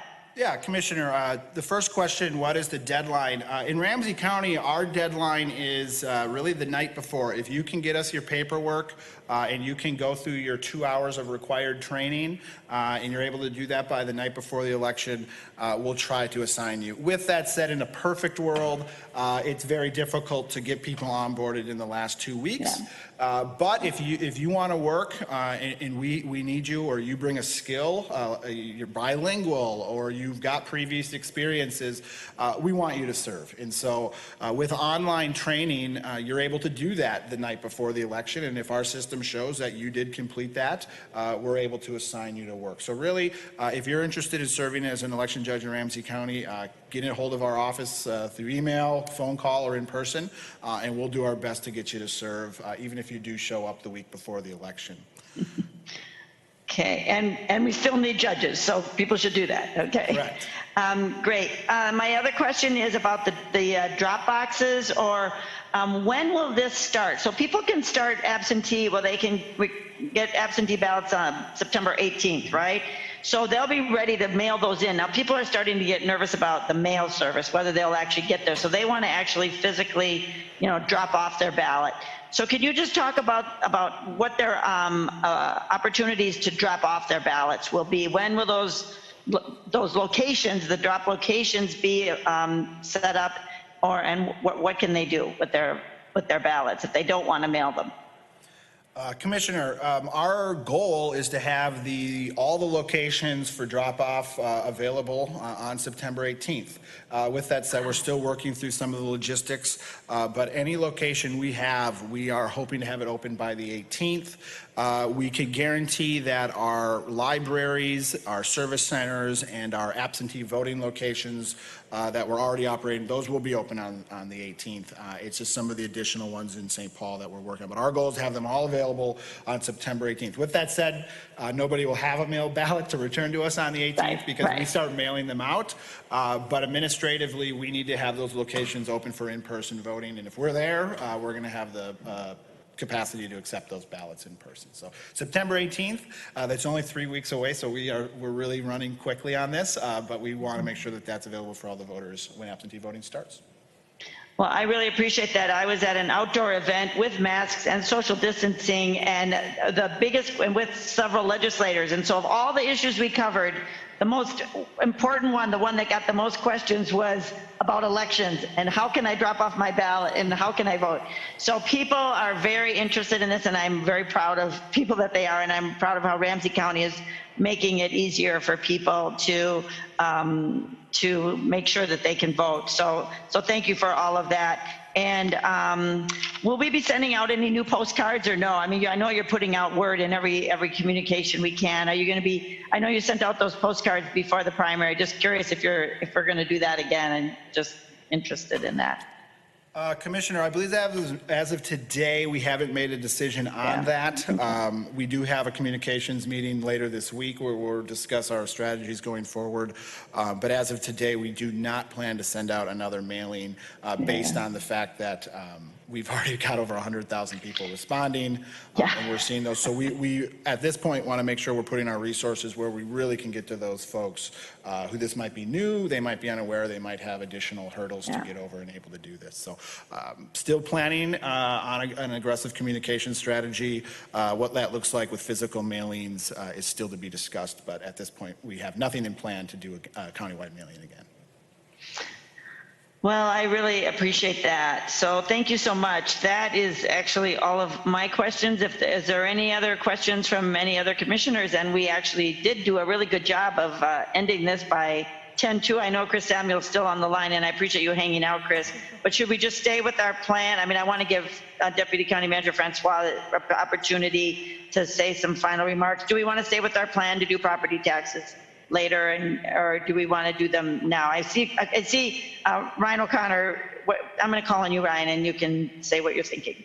Madam Chair, with it being our first budget meeting set up this way, we do have some technology to test and things over the 12 o'clock hour. It'd be preferable to have a little bit of time so the staff can make sure this is ready to rock and roll at 1 o'clock. Thank you. Then I would just say again, thanks to the whole department. I thank you, Chris Samuel, for staying on board and being available for our talk. I'm sorry we're delaying you, but I think it will be a really good conversation later on. We'll have more time. And so I'm going to just thank you, Deputy County Manager Francois, for you and your department and all the work, for sure, Heather and Dave, for all your work and all of your department work. Please send our gratitude to the whole elections division. And I'm going to leave it to you, Deputy County Manager Francois, to end it, to have any final remarks. Thank you, Madam Chair and commissioners. We really appreciate the opportunity to be able to come and talk with you today. I do realize that it was ambitious of us to think that we could do property tax, because that's going to be quite the discussion as well. But just in a final comment, I was looking at the U.S. State Department website the other day, and they quote on their website that free and fair elections are the foundation of every healthy democracy. The people have to have confidence that their elections are truly free and fair, and voters need to be assured of more than just a well-managed day of polling. So I hope that our team today has instilled in you and the residents of Ramsey County confidence in our election services work, including our ability to adjust and to be flexible to the needs of our community. Our focus on community engagement and voter outreach with many of our community partners to ensure equitable service delivery in our elections process.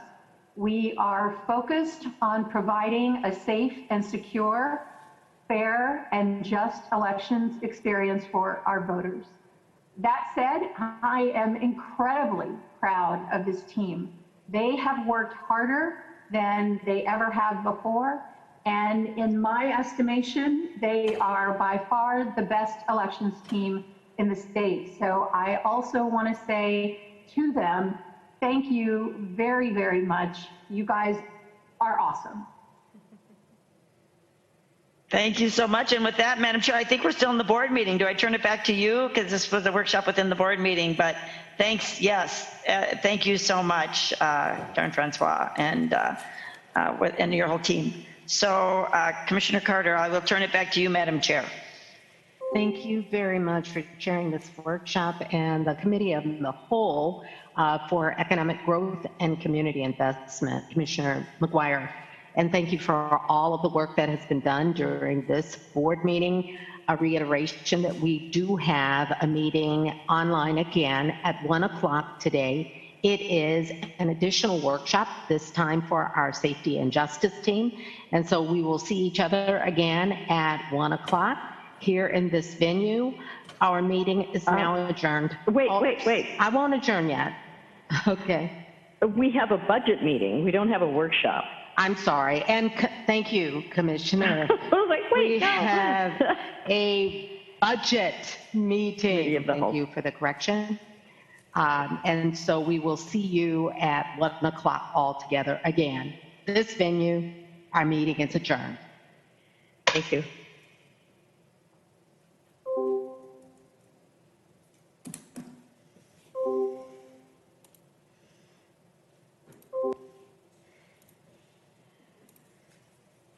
Business owners in their day-to-day needs.